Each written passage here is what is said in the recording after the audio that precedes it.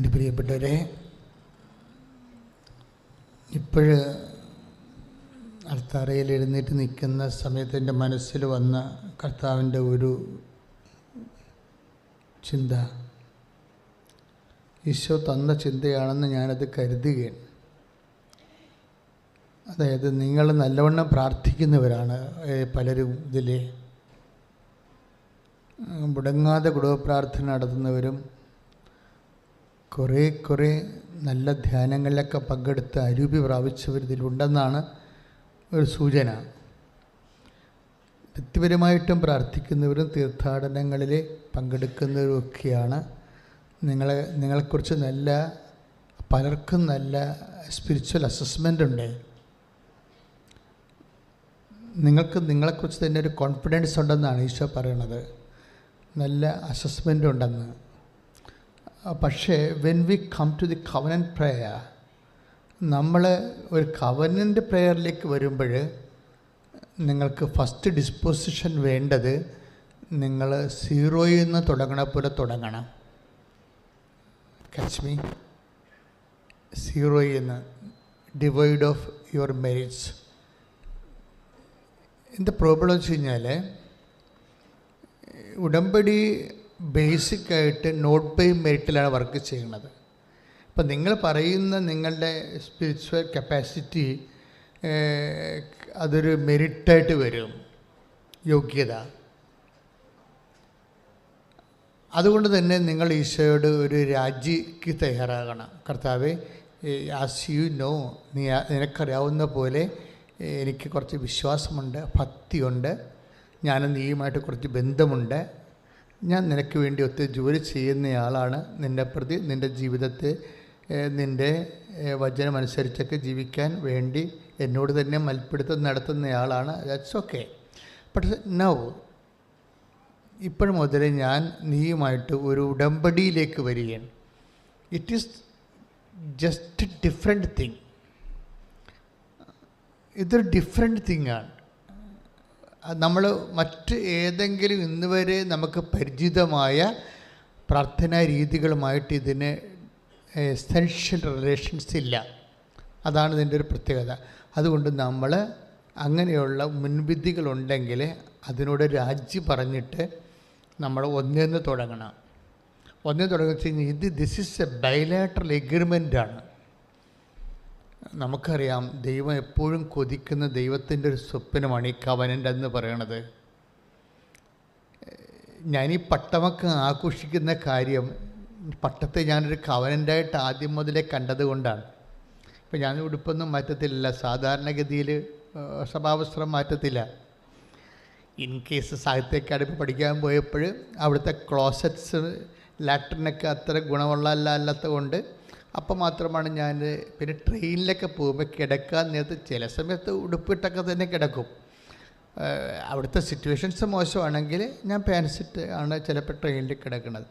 അതെന്താ കാര്യം വെച്ച് കഴിഞ്ഞാൽ, സഭാവസ്ത്രം വാങ്ങിക്കുന്ന മുമ്പ് ഞാൻ ഈശോയുമായിട്ടൊരു എഗ്രിമെൻറ്റ് ചെയ്തായിരുന്നു. 2 എഗ്രിമെൻറ്റ് ചെയ്തായിരുന്നു.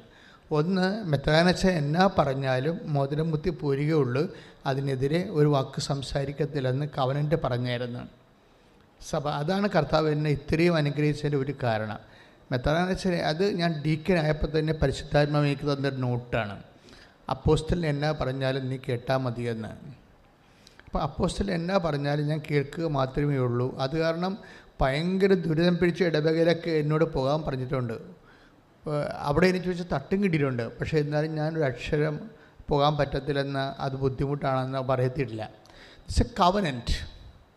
നമ്മുടെ റിലേഷൻ ദൈവമായിട്ടുള്ളത് ഒരു ഉടമ്പടിയാണ്. നമ്മൾക്ക് ഉടമ്പടിയോട് വരണത്, എൻ്റെ മക്കളൊരു വിശ്വസ്തത. ഞാനൊന്ന് പറയട്ടെ, നിങ്ങൾ നെഞ്ചത്ത് കൈവച്ചേ. കർത്താവായ ഈശോയെ, ഞങ്ങൾ ആയിരിക്കുന്ന ഉടമ്പടിയിലെ അങ്ങയോട് അങ്ങയുടെ കൃപാവരത്താൽ അങ്ങ് ആഗ്രഹിക്കുന്ന രീതിയിൽ വിശ്വസ്തത പാലിക്കുവാൻ എന്നെ അനുഗ്രഹിക്കണമേ. എൻ്റെ കുടുംബത്തെ അനുഗ്രഹിക്കണമേ. സ്തുതിക്കട്ടെ. ഹല്ലേലൂയ, ഹല്ലേലൂയ, ഹല്ലേലൂയ, ഹല്ലേലൂയ, ഹല്ലേലൂയ. യേശുവേ നന്ദി, യേശുവേ സ്തുതി. ഹല്ലേലൂയ, ഹല്ലേലൂയ, ഹല്ലേലൂയ, ഹല്ലേലൂയ, ഹല്ലേലൂയ. യേശുവേ സ്തുതി. ഹല്ലേലൂയ, ഹല്ലേലൂയ, ഹല്ലേലൂയ. കാരണത്തിന് ആരാധനയും സ്തുതിയും പുകഴ്ചയും ഉണ്ടായിരിക്കട്ടെ. പരിശുദ്ധ പരമദിവ്യകാരുണ്യത്തിന് ആരാധനയും സ്തുതിയും പുകഴ്ചയും ഉണ്ടായിരിക്കട്ടെ. എൻ്റെ പ്രിയപ്പെട്ടവരെ, അപ്പോഴ് നമ്മൾ പഴയ നിയമങ്ങൾക്ക് ഉള്ള വാഗ്ദാനം എന്താണ്? അതായത് പഴയ നിയമങ്ങളിലെല്ലാം ദൈവം ഒരു സമൂഹത്തെ വീണ്ടെടുക്കാൻ വേണ്ടി വ്യക്തികളുമായിട്ടാണ് ഉടമ്പടി ചെയ്യണത്. ക്ലിയർ അല്ലേ? ഒരു സമൂഹത്തെ വീണ്ടെടുക്കാൻ വേണ്ടി വ്യക്തികളുമായിട്ട് ഉടമ്പടി ചെയ്യാം. അപ്പോൾ ഒരു വീണ്ടെടുപ്പ് വിഷയം വരുമ്പോൾ വില്ലനായിട്ട് വരുന്ന 2 കണ്ടൻറ്റുകളുണ്ട്. ഒന്ന് സ്പേസും രണ്ടാമത്തെ ടൈമുമാണ്. വീണ്ടെടുപ്പ് വരുമ്പോൾ, ഒരു സമൂഹത്തിൻ്റെ വീണ്ടെടുപ്പ് വരുമ്പോൾ വില്ലനായിട്ട് വരുന്ന 2 കണ്ടൻറ്റ്. ഇപ്പോൾ നിങ്ങളുടെ തന്നെ പ്രശ്നം, നിങ്ങളുടെ തന്നെ വീണ്ടെടുപ്പ്, നിങ്ങളുടെ ജോലി, നിങ്ങളുടെ പാകോടമ്പടി, നിങ്ങളുടെ ജപ്തി നടപടി, നിങ്ങളുടെ ആരോഗ്യ പ്രശ്നങ്ങൾ, അതുപോലെ നിങ്ങളുടെ ബന്ധപ്പെട്ടുള്ള എല്ലാ സർവീസ് പ്രോബ്ലംസ്, ഒരു വ്യക്തിയുടെ വീണ്ടെടുപ്പുമായിട്ട് വരുന്ന ഒരു ദൈവം ആ ഉദ്യമത്തിലേക്ക് ഇൻവോൾവ് ആകുമ്പോൾ ദൈവത്തിന് കൺഫ്രണ്ട് ചെയ്യേണ്ട 2 എൻറ്റിറ്റീസ് ഉണ്ട്. ഒന്ന് പ്ലേസും ഒന്ന് ടൈമുമാണ്. ഇതിനെ അഡ്രസ്സ് ചെയ്യാതെ ഒരു മനുഷ്യനെ വീണ്ടെടുക്കാൻ പാടായിരിക്കും. പഴയ നിയമത്തിലൊക്കെ ദൈവം കൂടുതൽ അഡ്രസ്സ് ചെയ്തുകൊണ്ടിരുന്നത് സ്ഥലമാണ്. സ്ഥലത്തെ ദൈവം വിശുദ്ധീകരിക്കും. അല്ലെങ്കിൽ വിശുദ്ധീകരിക്കപ്പെട്ട സ്ഥലം ദൈവം അവർക്ക് കൊടുക്കും. നിൽക്കുന്ന സ്ഥലത്തെ വിശുദ്ധീകരിക്കുക, അല്ലെങ്കിൽ വിശുദ്ധീകരിക്കപ്പെട്ട സ്ഥലം കൊടുക്കുക. ഇത് രണ്ടും ഒരു നാണയത്തിൻ്റെ 2 വശങ്ങളാണ്. എന്ന് വെച്ചാൽ, എന്തിനാണ് നിങ്ങൾ വിശുദ്ധീകരിക്കുന്നത്? എന്തിനാണ് ഇപ്പം തന്നെ മോസസിനോട് പറഞ്ഞു, നീ നിൽക്കുന്ന സ്ഥലം പരിശുദ്ധമാണ് എന്ന് പറഞ്ഞു. പക്ഷേ അതേസമയം തന്നെ എബ്രാഹത്തിനോട് പറഞ്ഞു, നീ നിൽക്കുന്ന സ്ഥലം വിശുദ്ധമല്ല എന്ന് പറഞ്ഞു. അതുകൊണ്ട് നീ പോരാൻ പറഞ്ഞു. സ്ഥലം ക്ലിയർ അല്ലേ? മോസസിനോട് പറഞ്ഞു, നീ നിൽക്കുന്ന സ്ഥലം നീ നല്ല സ്ഥലത്താണ് വന്ന് എത്തിയിരിക്കണത്. അവർ ഇടിയുണ്ടാക്കി പോകുന്നതാണല്ലോ. ചില സമയത്ത് നമ്മൾ ഇടിയുണ്ടാക്കി കഴിയുമ്പോൾ ദൈവം തന്നെ ഇടിയുണ്ടാക്കാൻ സാഹചര്യം ഉണ്ടാക്കിയിട്ട് നമ്മൾ നല്ല സ്ഥലത്തേക്ക്. അപ്പോൾ ഒരു വഴക്കുണ്ടായെന്ന് വിചാരിച്ചുകൊണ്ട് നിങ്ങൾ വിഷമിക്കൊന്നും വേണ്ട. നല്ല സ്ഥലത്ത് ചേട്ടാനിയുമായിട്ടൊരു കൊളീഷൻ ഉണ്ടായി, അതിൻ്റെ പേരിൽ നിങ്ങൾ വിഷമിക്കൊന്നും വേണ്ട. നാത്തുമായിട്ടൊരു പോരുണ്ടായി, നിങ്ങൾ വിഷമിക്കേണ്ട. അപ്പോൾ ചിലപ്പോൾ അമ്മായിയും മരുമോളും തമ്മിൽ ഗുസ്തി ഉണ്ടായി, വിഷമിക്കേണ്ട. പക്ഷേ ആ ഒരു ഗുസ്തിയിലൂടെ ചിലപ്പോൾ ദൈവം നിങ്ങളെ നല്ല സ്ഥലത്തേക്ക്, വിശുദ്ധമായ സ്ഥലത്തേക്ക്, നിനക്ക് വളർന്ന് തഴച്ച് വളരാൻ പറ്റിയ സ്ഥലത്തേക്ക് ഷിഫ്റ്റ് ചെയ്തിരിക്കും. It's A shifting time.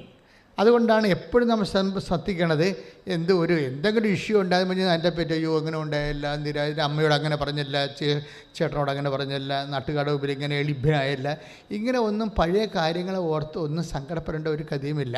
കർത്താവ് എന്തോ തീരുമാനിച്ചിട്ടാണ് എന്നെ ഗൈഡ് ചെയ്തുകൊണ്ടിരിക്കുകയാണ്. ദൈവത്തിന് എങ്ങനെയും നമ്മളെ ഗൈഡ് ചെയ്യാൻ പറ്റും. അപ്പോൾ മോസസ് ഒരു ഇടി ഉണ്ടാക്കിയിട്ട് അവിടെ വന്നിരിക്കുന്നത്. ആരോട് ഇടി ഉണ്ടാക്കിയത്?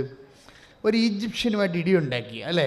Take the word of God. സ്തുതിക്കട്ടെ. ഹല്ലേലൂയ, ഹല്ലേലൂയ, ഹല്ലേലൂയ. ഒരു ദിവ്യകാരുണ്യവും ആരാധനയും സ്തുതിയും പുകഴ്ചയും ഉണ്ടായിരിക്കട്ടെ. ദൈവസ്നേഹത്തോടെ പരിശുദ്ധ പരമ ദിവ്യകാരുണ്യത്തിന് ആരാധനയും സ്തുതിയും പുകഴ്ചയും ഉണ്ടായിരിക്കട്ടെ. സന്തോഷത്തോടെ പരിശുദ്ധ പരമ ദിവ്യകാരുണ്യത്തിന് ആരാധനയും സ്തുതിയും പുകഴ്ചയും. കൈയടിച്ചുകൊണ്ട് ആരാധനയോടെ സ്തുതിക്കട്ടെ. ഹല്ലേലൂയ, ഹല്ലേലൂയ, ഹല്ലേലൂയ, ഹല്ലേലൂയ.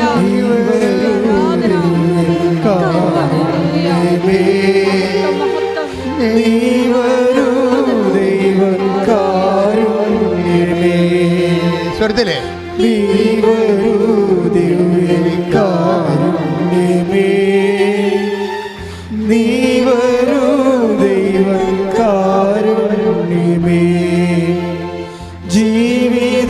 നിന്റെ കാരുണ്യമേ, ജീവനേ കാരുണ്യമേ, ജീവിതം നിന്റെ കാരുണ്യമേ, ജീവനേ നിത്യ കാരുണ്യമേ. Praise the Lord. Take the word of God. പുറപ്പാട് 2:11-12. പുറപ്പാട് 2:11-12. പ്രായപൂർത്തിയായതിനു ശേഷം മോശ ഒരിക്കൽ തന്റെ സഹോദരനെ സന്ദർശിക്കാൻ പോയി. അവൻ അവരുടെ കഠിനാധ്വാനം നേരിൽ കണ്ടു. തത്സമയം സ്വജനത്തിൽപ്പെട്ട ഒരു ഹെബ്രായനെ ഒരു ഈജിപ്തുകാരൻ പ്രഹരിക്കുന്നത് കണ്ടു. അടിയുണ്ടായി. ഈജിപ്തുകാരൻ യഹൂദിനെ അടിക്കണത് കണ്ട് മോസസ് നേരിട്ട് കണ്ട്. അവൻ ചുറ്റും നോക്കി. മോസസിന്റെ രക്തം തിളച്ച് എന്താ സംഭവിച്ചിരിക്കുന്നത്? അവൻ ചുറ്റും നോക്കി. ആരുമില്ലെന്ന് കണ്ടപ്പോൾ ആ ഈജിപ്തുകാരനെ കൊന്ന് മണലിൽ മറവ് ചെയ്തു. ഇതോടുകൂടി പ്രശ്നമായിപ്പോയി. ഒരു പ്രശ്നം, ഒരു വ്യക്തി ഒരു അവിശുദ്ധമായ സ്ഥലത്ത് നിന്ന് ഷിഫ്റ്റ് ചെയ്യുന്ന പ്രോസസ്സിങ് നോക്കണം. നിങ്ങളുടെ വീട്ടിലൊരു കലഹം ഉണ്ടായി എന്ന് വിചാരിച്ചുകൊണ്ട് ആ സ്ഥലം ചിലപ്പോൾ ദൈവം വിശുദ്ധീകരിക്കുന്നതിൻ്റെ ഭാഗമായിട്ട് വന്നതായിരിക്കും. അതുകൊണ്ട് നിങ്ങൾ വിഷമിക്കൊന്നും വേണ്ട. ഇവിടെ പുറത്തോട്ട് സമാധാനം ഇല്ല എന്ന് പറഞ്ഞാൽ പരാകുകയല്ല വേണ്ടത്. കർത്താവ് ഇതിനേക്കാൾ എന്തോ നല്ലത് എനിക്ക് തരാൻ പോകുന്നു. ചില സൂചന അത്രയേ ഉള്ളൂ. നമ്മളെല്ലാവരും മാറി താമസിച്ചിരിക്കണം. എല്ലാം ഈ ഒരു അവസ്ഥയിലാണ്. എല്ലാവരും നല്ല മനസ്സോടുകൂടിയൊന്നും ഒരിക്കലും ആരും മാറി താമസിച്ച് ഞാൻ കണ്ടിട്ടില്ല. ഞാനാണ് ഈ ഇടയ്ക്ക് 10,700 വീടുകൾ ഞാൻ പാല് കാച്ചിട്ടുണ്ട്. ഒക്കെ പാല് കാച്ചാൻ വേണ്ടി ചെല്ലുമ്പോൾ പല ആൾക്കാരും അവിടെ കാണാനില്ല. എന്താണ്? മരുമകളും അവളുടെ അമ്മയും ഉണ്ടാവും. അപ്പോൾ ഞാൻ ചോദിച്ചു, ചെറുക്കൻ്റെ അമ്മ എന്തി, ഭർത്താവിൻ്റെ അമ്മ എന്തി? അമ്മയെ വിളിച്ച് വന്നില്ലെന്ന് പറയും. ഞാൻ പറയും വിളിച്ചുകൊണ്ട് വരാൻ പറയും. ഞാനിവിടെ അവർ വന്നിട്ട് മാത്രമേ ഞാനിത് പാല് കാച്ചുള്ളൂ എന്ന് പറയും. കാര്യം നമ്മളെ സംബന്ധിച്ചിടത്തോളം എൻ്റെ ഡ്യൂട്ടിയാണത്. അപ്പോൾ ഇങ്ങനെ ഓരോ വിഷയം വരുമ്പോൾ ഇതുപോലെ ഇഷ്യൂസ് ഉണ്ടാകും. പക്ഷേ ഇഷ്യൂസ് ഉണ്ടാകുമ്പോൾ അവരെന്നോട് അങ്ങനെ പറഞ്ഞില്ലേ, ഇവരെന്നോട് ഇങ്ങനെ പറഞ്ഞില്ലേ, അങ്ങനെയല്ല നമ്മൾ ചിന്തിക്കേണ്ടത്. ദൈവം എന്തോ ഉദ്ദേശിക്കുന്നുണ്ട്. മനസ്സിലായില്ലേ? അപ്പോൾ നിങ്ങൾ സൈലൻ്റ് ആകണം. മനസ്സിലായില്ലേ? വിഷയത്തിൽ എപ്പോഴും എന്താ ചെയ്യണം? സൈലൻ്റ് ആകണം. ബൈബിളിൻ്റെ ഭാഷ പറഞ്ഞു കഴിഞ്ഞാൽ ഈ ഇളകി മറിയുന്ന ആൾക്കാരായി മാറരുത്. ഇപ്പോൾ അവരങ്ങനെയാണ്, എന്നോട് അങ്ങനെ ചെയ്തില്ലേ, ഇങ്ങനെ ചെയ്തില്ലേ, ഞാനിപ്പോൾ അങ്ങനെ സംസാരിക്കാൻ പാടില്ലായിരുന്നു, ഞാൻ അത്തരം സംസാരിച്ചത് ഭാഗട, ഇനി ഏത് കാലത്ത് ക്ഷമ പറഞ്ഞ് അവർ ഏക്കുക. ഇങ്ങനെ നമ്മൾ തന്നെ ഇളകി മറിയും. നമ്മളിതിന് മറ്റുള്ളവരെയും കൂടി ചിന്തിക്കുമ്പോൾ നമ്മളിങ്ങനെ കുഴഞ്ഞു മറിയും. കുഴഞ്ഞ ചേറ്റിൽ നിന്ന് നമ്മൾ രക്ഷപ്പെടണമെന്ന് ബൈബിൾ ആഗ്രഹിക്കുന്നുണ്ട്. കുഴഞ്ഞ ചേറ്റിൽ നിന്ന്. ഇപ്പം നമ്മുടെ ഈ മനസ്സിലിങ്ങനെ ഇളക്കമില്ലേ എപ്പോഴും? എന്തെങ്കിലും സംഭവിച്ചു കഴിയുമ്പോൾ നിരാശ, സങ്കടം, അയ്യോ അങ്ങനെ സംഭവിച്ചല്ല, അമ്മയോട് അങ്ങനെ പറയേണ്ടി വന്നല്ല, എനിക്കങ്ങനെ ചെയ്യേണ്ടി വന്നല്ല, ഇങ്ങനെയൊക്കെ വരുമ്പോൾ ഒരു ഇളക്കം വരത്തില്ലേ? നമ്മുടെ മനസ്സിൽ തന്നെ ഒരു കുഴഞ്ഞ മനസ്സിലായിരിക്കും. നമുക്ക് ഉറക്കമില്ല, സ്വസ്ഥതയില്ല. അപ്പോൾ ഒരു ബൈബിൾ ഇതിനെ കുഴഞ്ഞ ചേറെന്നാണ് പറയണത്. കുഴഞ്ഞ ചേറിൽ നിന്ന് ബൈബിൾ ഷിഫ്റ്റ് ചെയ്യണം. എങ്ങോട്ടാണെന്നറിയാവോ? പാറപ്പുറത്തേക്ക് ഷിഫ്റ്റ് ചെയ്യും. അതാണ് ബൈബിളിൻ്റെ രീതി. കുഴഞ്ഞ ചേറായിരിക്കും. കുഴഞ്ഞ ചേറാണ് നിൻ്റെ മനസ്സിങ്ങനെ ചെയ്തു പോയ തെറ്റിനെ ഓർത്തിങ്ങനെ കുഴഞ്ഞു മറിഞ്ഞിരിക്കുകയാണ്. നിരാശയും സങ്കടവും കുറ്റബോധവും എല്ലാമായിട്ട്, ചിലപ്പോൾ വൈരാഗ്യവും, ചിലപ്പോൾ പകയും പ്രതികാരവും. അപ്പോൾ ഇതിന് ബൈബിൾ വിളിക്കണ പേര് കുഴഞ്ഞ ചേറെന്നാണ് വിളിക്കണത്. ഇന്ന് ഈ കുഴഞ്ഞ ചേറ്റ് വെച്ച് ദൈവം ഒന്നും ചെയ്യത്തില്ല. ക്ലിയറാണ്. കുഴഞ്ഞ ചേറ്റിൽ ദൈവം എന്ത് ചെയ്യുന്നത്? ദൈവം പറഞ്ഞ് ഷിഫ്റ്റ് ചെയ്യാൻ നോക്കും. ദൈവം എങ്ങോട്ട് ഷിഫ്റ്റ് ചെയ്യും? പാറപ്പുറത്തേക്ക് ഷിഫ്റ്റ് ചെയ്യും. അതാണ് സങ്കീർത്തനം പറയണത്. സങ്കീർത്തനം 42. ശ്രുതികട ഹല്ലേലൂയ.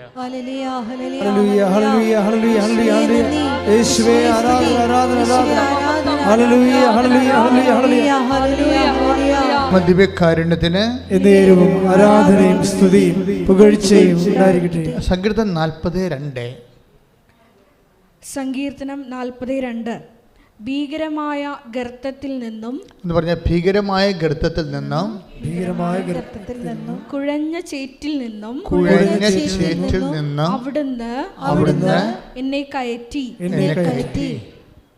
എവിടെ കയറ്റി എന്ന് പറഞ്ഞോളൂ. അടുത്ത വചനം വായിച്ചോളൂ. എന്റെ പാദങ്ങൾ പാറയിൽ ഉറപ്പിച്ചു. കാൽവയ്പ്പുകൾ സുരക്ഷിതമാക്കി. അപ്പം നേരത്തെ കാൽവയ്പ്പുകൾ സുരക്ഷിതമല്ലായിരുന്നു. അതാണ് വിഷയം. അപ്പം ദൈവം ഒരു ഷിഫ്റ്റിംഗ് നടത്തും. ചില സമയത്ത് മോസസിനെ ഷിഫ്റ്റ് ചെയ്യണം കണ്ടില്ലേ? മോശം നിൽക്കുന്ന സ്ഥലത്ത് എന്താ സംഭവിച്ചിരിക്കുന്നത്? അവൻ അവൻ്റെ സഹോദരന്മാരെ കാണാൻ പോയി. സഹോദരന്മാരെ കണ്ടപ്പോൾ, ഇസ്രായേൽ സമൂഹത്തെ കാണാൻ പോയതാണ്. കണ്ടപ്പോൾ അവന് സങ്കടം വന്ന്. കാര്യം എന്താണ്? വൈക്കോലും വേണ്ട സംഭവങ്ങളൊന്നും കൊടുക്കത്തില്ല, അപ്പോൾ ഇഷ്ടികയുടെ എണ്ണം ഫറവ് കുറക്കണില്ല. അപ്പോൾ കുറഞ്ഞ റിസോഴ്സ് കൊണ്ട്, വിഭവങ്ങൾ കൊണ്ട് കൂടുതൽ ക്വാണ്ടിറ്റീസ് ഉണ്ടാക്കാൻ വേണ്ടി വരുമ്പോൾ അവരടിയും മേടിക്കുന്നുണ്ട്. അങ്ങനെ അവസ്ഥ ഈജിപ്തുകാരനോട് മോസസിന് വെറുപ്പായി. ഈജിപ്തുകാരുടെ മൊത്തമുള്ള വെറുപ്പാണ് ഒരു ഈജിപ്തുകാരനെ കിട്ടിയപ്പോൾ അവനെ പിടിച്ച് കൊന്ന് മണ്ണിൽ പൊത്തി കളഞ്ഞത്. പക്ഷെ ഉടനെ ദൈവം ഈ കുഴഞ്ഞ ചേറ്റിൽ നിന്ന് ഇവനെ ഷിഫ്റ്റ് ചെയ്യണേ കാണാം, അവിശുദ്ധമായ സ്ഥലത്ത് നിന്ന്. അപ്പം നമ്മളെ അവിശുദ്ധമായ സ്ഥലത്ത് വീണ്ടും നിന്നാൽ കൂടുതൽ ഇഷ്യൂസ് ഉണ്ടായിക്കൊണ്ടിരിക്കും. You must be shifted. അത് നിങ്ങൾ പറയണം, കർത്താവേ എന്നെ ഷിഫ്റ്റ് ചെയ്യണമെന്ന് പറയണം. നിങ്ങളുടെ മാനസികാവസ്ഥയായാം, പെരുമാറ്റ രീതികളാകാം. ഇപ്പം നിങ്ങൾ നിൽക്കുന്ന സ്ഥലത്ത് നിങ്ങൾക്ക് സ്വസ്ഥതയും സമാധാനം കിട്ടുന്നില്ലെങ്കിൽ നിങ്ങൾ കുഴഞ്ഞ ചേറ്റിലാണ് നിൽക്കുന്നത്. അപ്പോൾ കുഴഞ്ഞ ചേറ്റിൽ നിന്നാൽ ഉടനെ നിങ്ങൾക്ക് കിട്ടാനുള്ള വാഗ്ദാനം എന്താണ്? നിങ്ങളെ പാറയ്ക്ക് ദൈവം ഷിഫ്റ്റ് ചെയ്യും. അതാണ് വിഷയം. അപ്പോൾ തീർച്ചയായിട്ടും ഷിഫ്റ്റിങ് ഒരു പ്രധാനപ്പെട്ട ബൈബിളിലെ ഒരു പ്രധാനപ്പെട്ട രീതി. ഇപ്പോൾ പഴയ നിയമത്തിൽ എന്ന് പറയുന്നത് സ്ഥലമാണ് അഡ്രസ്സ് ചെയ്യണത്. ഇപ്പോൾ മോസസിനോടും ഇപ്പോൾ എബ്രാഹും അങ്ങനെ ചെയ്തത്. എബ്രാഹത്തിനും അതാണ് സംഭവിച്ചത്. അങ്ങേരും ഇതുപോലെ കുഴഞ്ഞ ചേറ്റി കിടക്കിയിരുന്നു. വിഗ്രഹാരാധനയും ദൈവത്തിനെ അറിയാത്ത ആൾക്കാരും പലതരത്തിലുള്ള പാപമാലിന്യങ്ങളിൽ പെട്ട മനുഷ്യരും അങ്ങനെ കുഴഞ്ഞ ഒരു ചേറ്റിൽ കിടക്കുന്ന അവസ്ഥയിൽ നിന്ന് എബ്രാഹത്തിനെ ദൈവം ഷിഫ്റ്റ് ചെയ്യും. ഹാരാനിൽ നിന്ന് വിളിച്ചോണ്ട് പോരും, കാനാൻ ദേശത്തേക്ക് വിളിച്ചോണ്ട് പോരും. അപ്പോൾ ദൈവം ഈ ഷിഫ്റ്റിംഗ് എന്ന് പറയുന്ന പ്രധാനപ്പെട്ട വിഷയമാണ്. അത് നമ്മുടെ ഒരു അവകാശമാണ്. മനസ്സിലായ? സങ്കടപ്പെടുന്ന എല്ലാവരുടെയും അവകാശമാണ് സങ്കേതമെന്ന് പറയണത്. മനസ്സിലായില്ലേ? സുരക്ഷിത സങ്കേതം. സങ്കടപ്പെടുന്ന എല്ലാവരുടെയും അവകാശമാണ് സുരക്ഷിതമായ സങ്കേതം. അത് നമ്മുടെ റൈറ്റാണ്. പക്ഷേ ഇത് പ്രോബ്ലം എന്ന് വെച്ച് കഴിഞ്ഞാൽ ഇതെങ്ങനെയാണ് പെട്ടെന്ന് ഒരു സുരക്ഷിത സങ്കേതം? ബൈബിളിൽ തന്നെ ദൈവത്തെ വിളിക്കണത് സുരക്ഷിത സങ്കേതമെന്നാണ് വിളിക്കണത്. കർത്താവിൻ്റെ സങ്കേതവും പാറയും കോട്ടയുമാണ്. Take the word of God. സ്തുതിക്കട്ടെ. ഹല്ലേലൂയ, ഹല്ലേലൂയ, ഹല്ലേലൂയ, ഹല്ലേലൂയ. യേശുവേ നന്ദി, യേശുവേ സ്തുതി. 91 സങ്കീർത്തനം 2 തിരുവചനം. സങ്കീർത്തനം 91:2. കർത്താവിനോട് എന്റെ സങ്കേതവും എന്റെ കോട്ടയും ഞാൻ ആശ്രയിക്കുന്ന എന്റെ ദൈവവും എന്ന് പറയും. കർത്താവ് ആണ് ഈ പാറയെന്ന് പറയുന്ന ആള്, സങ്കേതം. എന്ത് സംഭവിച്ച ഈജിപ്തുകാര് ഇപ്പം ഈ 91 സങ്കീർത്തനമില്ലേ, അതൊരു യുദ്ധ സങ്കീർത്തനത്തിൻ്റെ ഒരു യുദ്ധകാല പരിസ്ഥിതിയിൽ എഴുതിയ ഒരു സങ്കീർത്തനമാണ്. നമുക്ക് വാർ ടൈമില്ലേ, വാർ റൂം എന്നൊക്കെ പറയുന്നത്, വാർ ടൈം എന്നൊക്കെ പറഞ്ഞിട്ട് ഒരു യുദ്ധകാല പരിസ്ഥിതിയിൽ കുരുക്കപ്പെട്ട ഒരു സങ്കീർത്തനമാണ്. അതിൻ്റെ അകത്താണ് പറക്കുന്ന അസ്ത്രമൊക്കെ വരണത്. അതിൽ നിന്നാണ് പറഞ്ഞിരിക്കുന്നത്, കർത്താവ് എൻ്റെ റീഡ് അഗെയിൻ കർത്താവിനോട് എന്റെ സങ്കേതവും എന്റെ കോട്ടയും ഞാൻ ആശ്രയിക്കുന്ന എന്റെ ദൈവവും എന്ന് പറയും. അപ്പൊ നിങ്ങള് സങ്കീർത്തനം കേട്ടിട്ട് പറയണ്ട, സ്വന്തമായിട്ടൊന്ന് പറഞ്ഞേ, കർത്താവ് എന്റെ സങ്കേതവും എന്റെ കോട്ടയുമാണ്. അതെന്താ ഞാൻ ആശ്രയിക്കുന്ന എൻ്റെ സങ്കേതവും കോട്ടയും എന്ന് പറഞ്ഞ കാരണം അത് യുദ്ധകാല പരിസ്ഥിതിയിലാണ്. ഒരു ഇസ്രയേലിലൊരു യുദ്ധം ഉണ്ടായിക്കഴിഞ്ഞാൽ ആൾക്കാർ ഇപ്പം തന്നെ ഈശോ പറഞ്ഞിട്ടില്ലേ, എന്താണ്, നിങ്ങളെ യൂദയായിൽ നിങ്ങളെ പീഡിപ്പിക്കുമ്പോൾ നിങ്ങൾ മലമുകളിലേക്ക് പോകട്ടെ എന്ന് പറയുന്നത്. മലമുകളിലൊക്കെ ഒത്തിരിയേറെ ഇതുപോലെ സങ്കേതങ്ങളുണ്ടാവും. ദാവീദും സാവോളും തമ്മിൽ യുദ്ധം ചെയ്തപ്പോഴും സാവോള് ഒളിച്ചിരുന്നതും അതുപോലെ തന്നെ ദാവീദ് ഒളിച്ചിരുന്നതുമൊക്കെ ഇതുപോലെ ഗുഹയിലാണ്. ഇതിനാണ് സങ്കേതമെന്ന് പറയണത്. മലയിലെ സങ്കേതമെന്ന് പറയണത് മലയിലെ പാറയിടുക്കും ഗുഹകളുമാണ്. എന്ന് വെച്ചാൽ ഇത് ഇസ്രയേൽ ജീവൻ രക്ഷിക്കാൻ വേണ്ടി അവരുടെ ജിയോഗ്രഫിക്കൽ റീജിയനിൽ അവരനുഭവിച്ച ഒരു വലിയ സുരക്ഷിത സങ്കേതമാണ്. അതവർ ദൈവത്തേക്ക് ആട്രിബ്യൂട്ട് ചെയ്യുകയാണ്. എന്താണ് കാരണം? ഏത് ഗുഹയിലിരുന്നാലും ശത്രുക്കൾ വന്ന്, ഇപ്പം സാവോൾ ഗുഹയിലിരുന്നപ്പോൾ സാവോൾ വന്ന് അദ്ദേഹത്തിൻ്റെ മേലേക്ക് മുറിച്ചോണ്ട് പോയില്ലേ? അപ്പോൾ അതൊന്നും സുരക്ഷിത സങ്കേതമാണെന്ന് പറഞ്ഞാൽ സുരക്ഷിതമല്ലല്ലോ. പക്ഷേ സുരക്ഷിതമായ സങ്കേതം കർത്താവ് മാത്രമാണ്. കൈയിടിച്ച് കർത്താവിനെ സ്തുതിക്കട്ടെ. ഇത് വളരെ ശ്രദ്ധയോടെ കേൾക്കേണ്ട ഒരു വചനമാണ്. നിങ്ങൾ പാറ എന്ന് പറയുമ്പോൾ, ഒരു കോട്ട എന്ന് പറയുമ്പോൾ ഇവിടെ ഇതൊന്നും അല്ല പ്രശ്നം. അതായത് കർത്താവിനാണ് ഇവർ പാറ എന്ന് വിളിക്കുന്നത്. എന്ന് വെച്ച് കഴിഞ്ഞാൽ ഈ നാശക്കുഴിയാണ്, കുഴഞ്ഞ ചേറെന്ന് പറഞ്ഞ നാശക്കുഴിയാണ്. എപ്പോഴും ആണ്ടുപോകാൻ നമ്മൾ ചിലപ്പോൾ ദുഃഖത്തിൽ ആണ്ടുപോകും, ചിലപ്പോൾ പ്രതികാരത്തിൽ ആണ്ടുപോകും, ചിലപ്പോൾ മ്ലേച്ഛതകളിൽ ആണ്ടുപോകും. അങ്ങനെയുള്ള സ്ഥലങ്ങളിൽ ദൈവത്തിന് പ്രവർത്തിക്കാൻ പറ്റാതെ വരും. That is the problem. അപ്പോൾ ദൈവത്തിന് സഹകരിക്കാൻ പറ്റുന്ന ഒരു ഇടത്തിലേക്ക് നിങ്ങളെ ഷിഫ്റ്റ് ചെയ്യണത്. അതാണ് എപ്പോഴും നിങ്ങൾ ശ്രദ്ധിക്കേണ്ടത്. അത് മോസസിന് പ്രതികാരം, വൈരാഗ്യം, മത്സരം, അങ്ങനെ കുഴഞ്ഞ ചേറ്റിൽ നിന്ന് ഇവനെ ഹൊറേബിലേക്ക് ഷിഫ്റ്റ് ചെയ്യും. ഈജിപ്തിൽ നിന്ന് ഹൊറേബിലേക്ക് ഷിഫ്റ്റ് ചെയ്യുമ്പോൾ ദൈവം പറഞ്ഞ വാക്ക് എന്താണ്? എനിക്കിവിടെ വെച്ച് നിന്നെ സഹായിക്കാനും നിന്നോട് കൂടെ പ്രവർത്തിക്കാനും പറ്റുന്ന ഒരു ഇടമാണ്. നിൻ്റെ ചെരുപ്പൂരി വെക്കണം. അത് പിന്നെ എന്ത് ചെയ്യണം? നീ നിൽക്കുന്ന സ്ഥലം പരിശുദ്ധം. നീ നിൽക്കുന്ന സ്ഥലം പരിശുദ്ധം എന്ന് പറയുമ്പോൾ എല്ലാ സ്ഥലവും പരിശുദ്ധമാണ്. എന്താ അവിടെ ഉദ്ദേശിക്കുന്നത്? എപ്പോഴാണ് നമ്മൾ ഒരു കൺവേർഷൻ നമുക്ക് സംഭവിക്കുന്നത്, അപ്പോൾ ആ സ്ഥലം പരിശുദ്ധമായിട്ട് മാറും. ദൈവത്തിന് ഇൻട്രാക്ട് ചെയ്യാൻ പറ്റുന്ന കമ്മ്യൂണിക്കബിൾ ഏരിയ ആയിട്ട് മാറും. അതായത് കമ്മ്യൂണിക്കേഷൻ ഫ്രണ്ട്ലിയാക്കി മാറ്റണം. അതായത് ഉടമ്പടിയുടെ പ്രധാനപ്പെട്ട ഒരു പ്രീ റെക്വിസിറ്റാണിത്. അതായത് നിങ്ങളെ ദൈവത്തിന് കമ്മ്യൂണിക്കേറ്റ് ചെയ്യാൻ പറ്റുന്ന കമ്മ്യൂണിക്കേഷൻ ഫ്രണ്ട്ലിയാക്കി മാറ്റുക. എന്താ സംഭവം? ഹൊറേബിലേക്ക് മോസസിനെ വിളിച്ചുകൊണ്ട് പോകുമ്പോൾ പറയണത് എന്താണ്? നീ നിൽക്കുന്ന ഇടം പരിശുദ്ധമാണ്. അപ്പം നേരത്തെ നീ പ്രതികാരവും വൈരാഗ്യവും മത്സരവും എല്ലാം നാശക്കുഴിയിൽ കുഴഞ്ഞ ചേറ്റി കിടക്കുകയായിരുന്നു. അവിടുന്ന് ഞാൻ നിന്നെ തിരിച്ച് വിളിച്ചിരിക്കുകയാണ്. ഇനി എന്താ വിളിക്കുമ്പോൾ ഈ പാറപ്പുറമെന്ന് പറയണത് പോലെ തന്നെ പറയണത് ഒരു നാച്ചുറലായിട്ട് സംഭവിക്കുന്ന പാറയല്ല ഉദ്ദേശിക്കുന്നത്.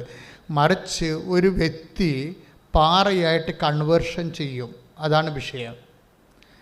നമ്മളൊരു പാറയായിട്ട് കൺവേർട്ട് ചെയ്യും. ഇവിടെയാണ് കമ്മ്യൂണിക്കേഷൻ സംഭവിക്കുന്നത്.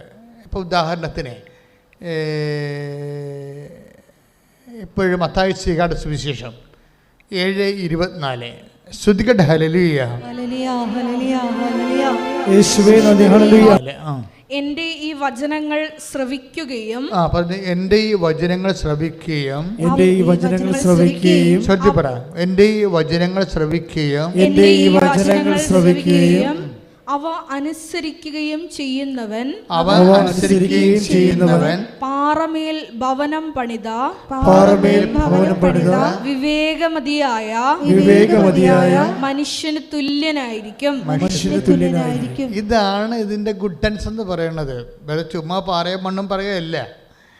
അതായത് വളരെ ശാസ്ത്രീയമായിട്ടാണ് ബൈബിള് ഒരു വ്യക്തിയുടെ ആധ്യാത്മികതയെ ബിൽഡപ്പ് ചെയ്യുന്നത്. അതായത് ഇങ്ങനെ കുഴഞ്ഞു മറിഞ്ഞ് എല്ലാ വിഷയങ്ങളോടും ആവശ്യമില്ലാതെ പ്രതികരിക്കുകയും ചിലപ്പോൾ നമ്മൾ തന്നെ വീക്ക് വാങ്ങിക്കും, ചിലപ്പോൾ നാട്ടുകാരെ ചിലപ്പോൾ അവർക്ക് തിരിച്ച് പണി കൊടുക്കും. ഇങ്ങനെ നാശക്കുഴി കുഴഞ്ഞു മറിഞ്ഞ് കിടന്ന ആൾക്കാരെ വീണ്ടെടുക്കാനും ദൈവത്തിന് കമ്മ്യൂണിക്കേറ്റ് ചെയ്യാൻ പറ്റുന്ന ഒരു സിറ്റുവേഷൻ ക്രിയേറ്റ് ചെയ്യാൻ വേണ്ടി ദൈവം കൊടുക്കുന്ന ഫസ്റ്റ് ഡോസ് എന്താണത്? വചനം. അതാണ് ഈ പറഞ്ഞിരിക്കുന്നത്. അതായത് എൻ്റെ ഈ വചനം കേൾക്കുകയും എൻ്റെ ഈ വചനം കേൾക്കുകയും അതനുസരിച്ച് ജീവിക്കുകയും ചെയ്യുന്നവര് പാറമേൽ തൻ്റെ ഭവനം പണി ചെയ്ത ബുദ്ധിമാനായ മനുഷ്യന് തുല്യനാണ്.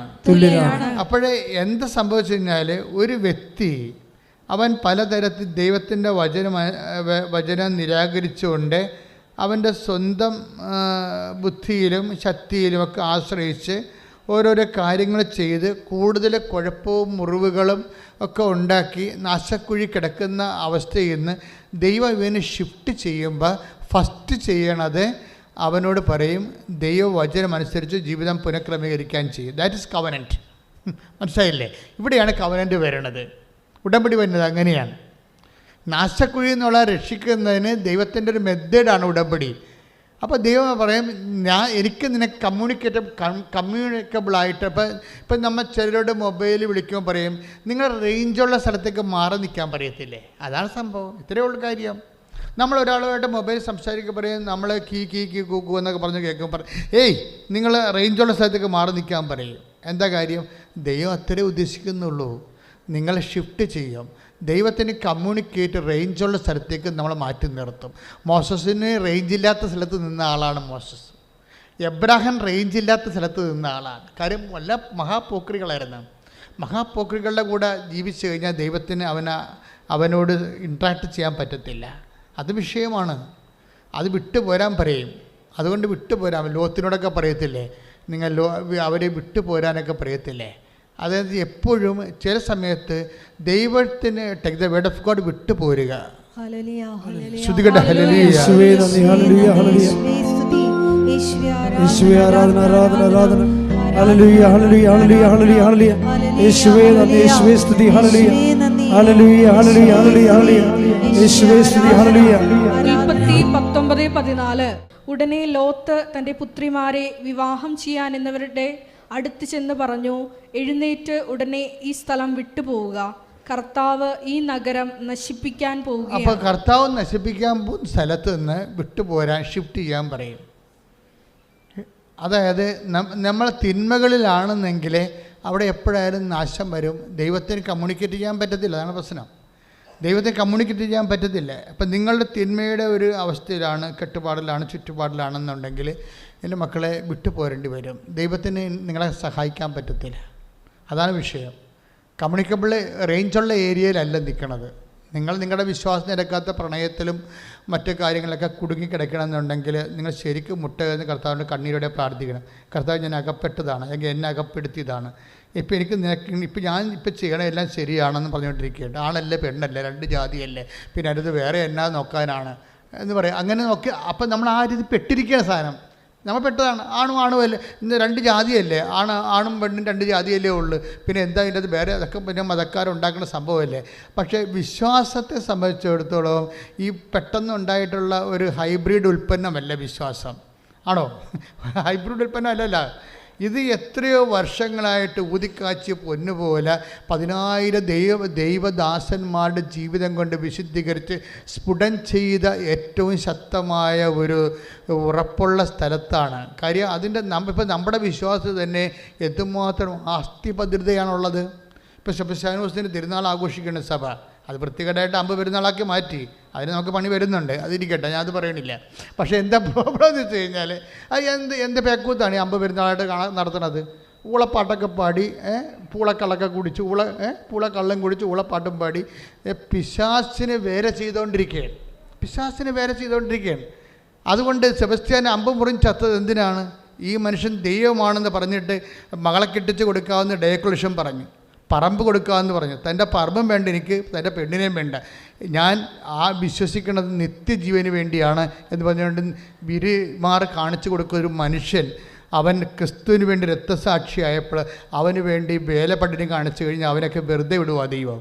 അപ്പം അതുകൊണ്ട് ഇങ്ങനെയുള്ള അനാചാരങ്ങൾ ഇന്നല്ലെങ്കിൽ നാളെ സഭയിൽ നിന്ന് മാറ്റേണ്ടതാണ്. ശ്രുതികട ഹല്ലേലൂയ, ഹല്ലേലൂയ, ഹല്ലേലൂയ, ഹല്ലേലൂയ, ഹല്ലേലൂയ, ഹല്ലേലൂയ, യേശുവേ സ്തുതി, ഹല്ലേലൂയ, ഹല്ലേലൂയ, പ്രാർത്ഥിക്കുന്നു. ആരാധന, കൈവീശിക്കൊണ്ട് ആരാധന, യേശുവേ ആരാധന, ആരാധന, ആരാധന, യേശുവേ ആരാധന. പരിശുദ്ധ പരമ ദിവ്യകാരുണ്യത്തിന് ആരാധനയും സ്തുതിയും പുകഴ്ചയും ഉണ്ടായിരിക്കട്ടെ. അപ്പോൾ കമ്മ്യൂണിക്കബിൾ ഏരിയ, റേഞ്ചുള്ള ഏരിയ, ദൈവത്തിന് നിങ്ങളെ രക്ഷിക്കാൻ കഴിയുന്ന ഇടത്തിലേക്ക്, അതാണ് ഉടമ്പടി ആദ്യം ചെയ്യണത്. ഉടമ്പടി എന്താ ചെയ്യണത്? അനുതപിക്കുക, അനുസരിച്ചാൽ നിങ്ങൾ അത്ഭുതം പ്രാപിക്കും. അതാണ് സംഭവം. ആദ്യം അനുതാപത്തിലേക്കാണ് വരുന്നത്. അപ്പം അതുകൊണ്ട് എന്താ ചെയ്യുന്നത്? അനുതാപം എന്ന് പറയുമ്പോൾ നമ്മുടെ ധ്യാന ഗുരുക്കന്മാർ പൊതുവെ പറയുന്ന ഒരു അനുതാപമല്ല. ഉടമ്പടിയിൽ അനുതാപം എന്ന് പറയുന്നത് ദൈവത്തിന് ഇൻട്രാക്ട് ചെയ്യാൻ പറ്റിയ തലത്തേക്ക് ഷിഫ്റ്റ് ചെയ്യണമെന്നതിൻ്റെ അർത്ഥം. ദൈവത്തിന് നിങ്ങളെ സഹായിക്കാൻ പറ്റുന്ന, നിങ്ങളോട് സംസാരിക്കാൻ പറ്റുന്ന, അതിന് കുറച്ച് വിട്ടു പോരേണ്ടി വരും. മനസ്സിലായേ? ലോത്തിൻ്റെ അപകടം എന്താ സംഭവിച്ചത്? ലോത്ത് കൂടാരം സൊദോം വരെ നീട്ടിയടിച്ചു. അതാണ് പ്രശ്നം. ലോത്തിൻ്റെ പ്രോബ്ലം അതല്ലേ? ലോത്ത് നശിക്കാനുണ്ടായിരുന്ന ഇടവ് എന്താണ്? ലോത്തിന് പിന്നീട് ഈ ജോർദാനൊക്കെ ലോത്തിന് ആകാൻ കാര്യം എന്താണ്? ദൈവത്തെ സംബന്ധിച്ചിടത്തോളം ജോർദാൻ കിട്ടിയോ അല്ലെങ്കിൽ മരുഭൂമി കിട്ടിയോ എന്നല്ല. മരുഭൂമി കിട്ടി, എബ്രാഹാം തെളിഞ്ഞു പോവുകയും ചെയ്തു. ജോർദാൻ അന്ന് നനച്ച് വളർത്തപ്പെട്ട പുരയിടങ്ങൾ കിട്ടിയ ലോത്ത് നശിക്കുകയും ചെയ്തു. എൻ്റെ മക്കളെ, നാശവും നന്മയൊക്കെ അന്തിമമായി തീരുമാനിക്കുന്ന കർത്താവാണ്. അപ്പോൾ കർത്താവിൻ്റെ വചനം അനുസരിച്ച് നമ്മുടെ ജീവിതം പുനഃക്രമീകരിക്കുമ്പോഴാണ് നമ്മുടെ പ്രതികൂല സാഹചര്യങ്ങളെ കർത്താവ് അനുകൂലമാക്കുന്നത്. പ്രൈസ്തവരോട് ശ്രദ്ധിക്കട്ടെ. ഹല്ലേലൂയ.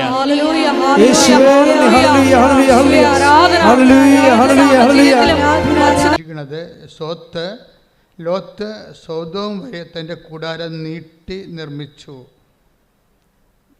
ലോത്തിൻ്റെ ജീവിതത്തിൽ വന്ന ഏറ്റവും വലിയ മിസ്റ്റേക്ക് അവരുടെ കൂട്ടുകെട്ടില്ലേ. സൊദോമിൻ നിവാസികളെക്കുറിച്ച് അറിയാമല്ലോ. ദൈവം നശിപ്പിക്കാൻ വേണ്ടി വെച്ചിരുന്ന ഒരു സമൂഹമാണ്. ഈ കാലങ്ങളിലെ ഏറ്റവും വലിയ സഭയിൽ സംഭവിച്ച ഈ കാലങ്ങളിലെ ഏറ്റവും വലിയ ദയനീയാവസ്ഥ എന്താണെന്ന് വെച്ച് കഴിഞ്ഞാൽ, ഹോമോസെക്സ്വൽസിൻ്റെ വിവാഹം ജർമ്മൻ മെത്രാന്മാർ ബ്ലസ് ചെയ്തതാണ്. അതാണ് ഈ നൂറ്റാണ്ടിലെ ഏറ്റവും വലിയ വിപത്തെന്ന് പറയുന്നത്. സൊദോം നിവാസികളാണ് പുരുഷന്മാരും തമ്മിൽ ഇണ ചേർന്നിരുന്നത്, സ്ത്രീകളും തമ്മിൽ ഇണ ചേർന്ന്. ദൈവം അതിനെ മ്ലേച്ഛമായിട്ട് നശിപ്പിച്ച സ്ഥലമാണ്. ഈ നാശത്തിൻ്റെ സംസ്കാരം വീണ്ടും ഈ കാലങ്ങളിൽ രൂപപ്പെട്ടു വന്നത് ചില മെത്രാന്മാർ അതിനെ ആശീർവദിച്ചു. അപ്പോൾ ഞാൻ ഓർത്ത്, എൻ്റെ ദൈവമേ, ബെനഡിക്റ്റ് 16 മാർപ്പാപ്പയായിരുന്നെങ്കിൽ തീർച്ചയായിട്ടും അദ്ദേഹം ചാർജിലുണ്ടായിരുന്നെങ്കിൽ അദ്ദേഹം അതിനെ റിയാക്ട് ചെയ്തേനാ. സത്യത്തിന് സൂക്ഷിപ്പുകാരാവശ്യമുണ്ട്. അതിനുവേണ്ടിയാണ് ഹോളി സീ ദൈവം നിർമ്മിച്ചിരിക്കുന്നത്. അപ്പോൾ അതിൻ്റെ ദൗത്യം ഏറ്റെടുത്ത് ഈ കാലഘട്ടത്തിൽ ദൈവത്തിന് സാക്ഷികളായി പരിഷ്കരിക്കാൻ അത് ശക്തമായ സമയത്ത് മനുഷ്യൻ്റെ മുഖം നോക്കാതെ വിശുദ്ധിക്ക് വേണ്ടിയും സത്യത്തിന് വേണ്ടി നിലനിൽക്കാൻ സഭയെ ശക്തിപ്പെടുത്താൻ വേണ്ടി ശ്രദ്ധിക്കട്ടെ. ഹല്ലേലൂയ.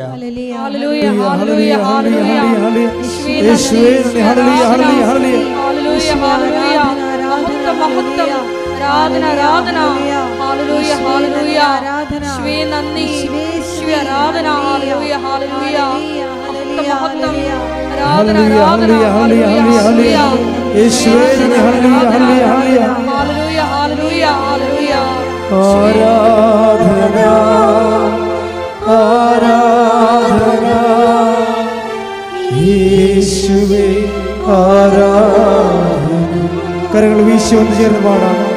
ആരാധന ആരാധന യേശുവേ ആരാധന ആരാധന സ്നേഹമേ ആരാധന. പരിശുദ്ധ പരമദിവ്യകാരുണ്യത്തിന് ആരാധനയും സ്തുതിയും പുകഴ്ചയും ഉണ്ടായിരിക്കട്ടെ. അന്ന് മുതലാണ് എബ്രാഹത്തിനോട് ദൈവം പറഞ്ഞത്, എന്താ പറഞ്ഞത്? നീ കുറ്റമറ്റവനായിരിക്കണം, ലോത്തിനെ പോലെ ആവരുതെന്ന്. അതാണ് വിഷയം. ലോത്തിൻ്റെ വിഷയം, ലോത്ത് ഈ ലോകത്തോട് അനുരൂപപ്പെട്ട് തൻ്റെ ശിക്ഷാവിധി ഏറ്റുമേടിച്ച നിമിഷം ലോത്തിനോട് വേർപിരിഞ്ഞു പോരാൻ ഷിഫ്റ്റ് ചെയ്യാൻ പറഞ്ഞായിരുന്നു എബ്രാഹാം. സ്വന്തം സഹോദരൻ്റെ മകനാണ് ലോത്ത് സഹോദരൻ്റെ മകനാണ് എന്ന് വിചാരിച്ചുകൊണ്ട് ദൈവതിരുസന്നിധിയിൽ പാപകരമായ സാഹോദര്യം കോംപ്രമൈസ് ചെയ്യണില്ല. അതാണ് വിഷയം. ഇപ്പം നിങ്ങളുടെ സഹോദരൻ്റെ മകനാണെന്നൊക്കെ പറഞ്ഞിട്ട് കഥയില്ല. ലോത്ത് നശിപ്പിക്കപ്പെട്ടതിന് ശേഷം, ലോത്തിനെ വേർപിരിഞ്ഞതിന് ശേഷം എബ്രാഹാം ലോത്തിനെ പിന്നെ രക്ഷിച്ചു. പക്ഷേ പിന്നീട് അവർ പിരിയുകയും ചെയ്തു. പക്ഷേ എന്നാലും ലോത്ത് എവിടെയെല്ലാം ചെല്ലുന്നു അവിടെയെല്ലാം പ്രോബ്ലമാണ്. കാര്യം അയാളുടെ മനസ്സ് ക്ലിയർ അല്ലാത്തത് കൊണ്ടാണ് അങ്ങനെ വരണത്. അപ്പം അങ്ങനെയുള്ള ആൾക്കാരുമായിട്ട് വേർപിരിയാൻ വേണ്ടി, പക്ഷേ എബ്രഹാം ഹാരാനിൽ നിന്ന് വിളിച്ചുകൊണ്ട് പോകുന്ന അതേ വിഷയം തന്നെയാണ്. ഹാരാനിൽ നിന്ന് വിളിച്ചുകൊണ്ട് പോകുന്നപ്പോൾ അതിൻ്റെ കൂടെ ഹാരാൻ്റെ കൂടെ അവരുടെ ഒരു റെപ്രസെൻറ്റേറ്റീവിനെ കൂടി വിളിച്ചുകൊണ്ട് പോകുന്നു. അപ്പോൾ ഹാരാനിൽ നിന്ന് പോകുന്നതുകൊണ്ട് പ്രത്യേകിച്ച് പ്രയോജനമൊന്നും ഉണ്ടായില്ല. പറഞ്ഞ മനസ്സിലായില്ലേ? എബ്രാഹിം ഹാരാനിൽ നിന്ന് വിളിച്ചുകൊണ്ട് പോകുന്ന വിഗ്രഹാരാധനയും ഇതുപോലെ സ്വജന വർഗഭോഗവും സ്വവർഗഭോഗവും ഇങ്ങനെയൊക്കെയുള്ള വൃത്തികെട്ട മ്ലേച്ഛമായ ജീവിതത്തിൽ നിന്നാണ് എബ്രാഹത്തിനെ വിളിച്ചുകൊണ്ട് പോകുന്നത്. പക്ഷേ വിളിച്ചുകൊണ്ട് പോകുന്നപ്പോഴേ എന്നാ കുഴപ്പമെന്ന് വെച്ച് കഴിഞ്ഞാൽ അയാളുടെ കൂടെ ലോത്തിനെയും വിളിച്ചുകൊണ്ട് പോകുന്നു. പിന്നെ ഹാരാനിൽ നിന്ന് വിളിച്ചുകൊണ്ട് പോകുന്ന അൾട്ടിമേറ്റ് ആയിട്ടുള്ള ദൈവം ഉദ്ദേശിച്ച കാര്യം നടന്നില്ല. അതാണ് വിഷയമായി പോയത്. ഇപ്പം യാക്കോബിൻ്റെ 2 ലേയായും റാഖേലും പോന്നപ്പോൾ റാഖേലും അവിടുന്ന് ലാബാൻ്റെ അടുക്കൽ നിന്ന് തിരിച്ച് വാഗ്ദാന നാട്ടിലോട്ട് പോരുമ്പോൾ അവരുടെ വിഗ്രഹത്തെ കൂടി റാഖേൽ അടിച്ചു മാറ്റി കൊണ്ടുപോകുന്നായിരുന്നു, ഇല്ലേ? അതാണ് വിഷയം വന്നിരിക്കുന്നത്. അതുകൊണ്ടാണ് പിന്നീട് ഇവരുമായിട്ട് യാക്കോബുമായിട്ട് മൽപ്പിടുത്തത്തിന് ദൈവം തയ്യാറായതിന് കാര്യം. ഇവൻ്റെ എളി ഉളുക്കി കളയാൻ കാരണം അതാണ്. ഇവൻ കുറേ ധാരണയാണ്, കുറേ എനിക്ക് ആടുണ്ട്, പശുവുണ്ട്, ഒട്ടകമുണ്ട്, അതെല്ലാം കൊടുത്ത് ചേട്ടായിയെ വശത്താക്കാമെന്ന് വിചാരിച്ചു. അപ്പോൾ ചേട്ടായിയെ കണ്ടപ്പോൾ ചേട്ടായി യേശാവ് പറഞ്ഞു, എനിക്കിതിൻ്റെ ആവശ്യമൊന്നുമില്ല, നീ എൻ്റെ കടിഞ്ഞുള്ള അവകാശം അടിച്ചുകൊണ്ട് പോയി. പക്ഷേ അടിച്ചുകൊണ്ട് പോയിട്ട് എനിക്കിപ്പോൾ തോന്നുന്നില്ല, കാര്യം നിനക്കുള്ളതിനേക്കാൾ കൂടെ ഇരട്ടി ദൈവം എനിക്ക് തന്നു, പിന്നെ നീ എന്തടിച്ചുകൊണ്ട് പോയെന്നാണ് പറഞ്ഞത്. അതാണ് വിഷയം. ഒന്നും അടിച്ചുകൊണ്ട് പോയിട്ടില്ല, നിനക്ക് തോന്നിയത് അടിച്ചുകൊണ്ട് പോയെന്ന് പറഞ്ഞു. അപ്പോൾ അതെനിക്കതൊന്നും വേണ്ട, ആവശ്യത്തിന് കൂടുതലുണ്ടെന്ന് പറഞ്ഞു.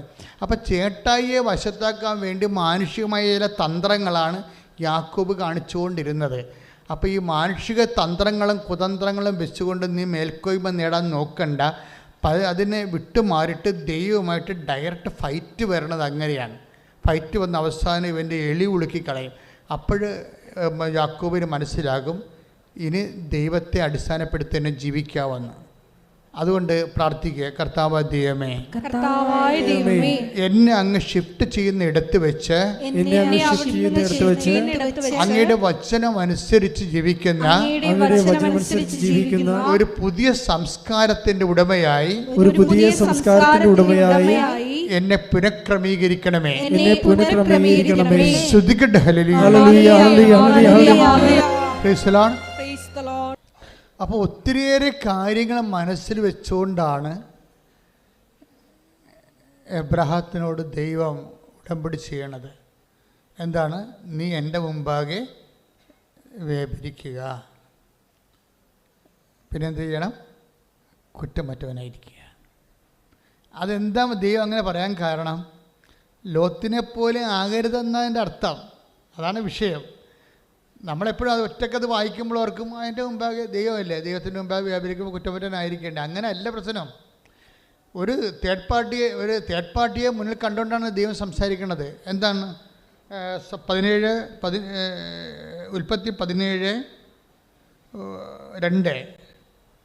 സർവശക്തനായ ദൈവമാണ് ഞാൻ, എൻ്റെ മുമ്പിൽ വ്യാപരിക്കുക, കുറ്റമറ്റവനായി വർത്തിക്കുക. Praise the lord. അത് പറഞ്ഞ് സർവശക്തനായ ദൈവമാണ് ഞാൻ, എൻ്റെ മുമ്പാകെ വ്യാപരിക്കുക, കുറ്റമറ്റവനായി വർത്തിക്കുക. എന്നിട്ട് ഇതിൻ്റെ അർത്ഥം ലോത്തിനെ പോലെ ആവരുത്, സോദോം നിവാസികളെ പോലെ ആവരുതെന്നതിൻ്റെ അർത്ഥം. അതിൻ്റെ കൂടെ അർത്ഥം അതാണ്. എന്ന് വെച്ചാൽ നിൻ്റെ കൂട്ടുകെട്ടുകളെ പരിശോധിക്കണമെന്ന് അർത്ഥം. മനസ്സിലായില്ലേ? നീ ഏത് ഉടമ്പടി എടുത്താലും നിൻ്റെ കൂട്ടുകെട്ടുകൾ പൊളിയാണെങ്കിൽ, ഇപ്പം പൊളിയെന്ന് വെച്ച് കഴിഞ്ഞാൽ പണ്ടൊക്കെ മോശമെന്ന് അർത്ഥം, ഇപ്പം പൊളിയെന്ന് വെച്ചാൽ നല്ലതാണ്. എന്തൊരു മനുഷ്യൻ്റെ ലാംഗ്വേജിൻ്റെ പോക്കി. അപ്പം നിൻ്റെ കൂട്ടുകെട്ടുകൾ മോശമാണെങ്കിൽ തീർച്ചയായിട്ടും നിൻ്റെ ഉടമ്പടി അത് ബാധിക്കും. അതാണ് വിഷയം. കാര്യം ലോത്തിന് സംഭവിച്ചത് എന്താണ്? അവൻ കൂടാരമടിച്ചപ്പോൾ സോദോമിനോട് ചേർത്ത് വെച്ച് കൂടാരമടിച്ചു. അതാണ് വിഷയം.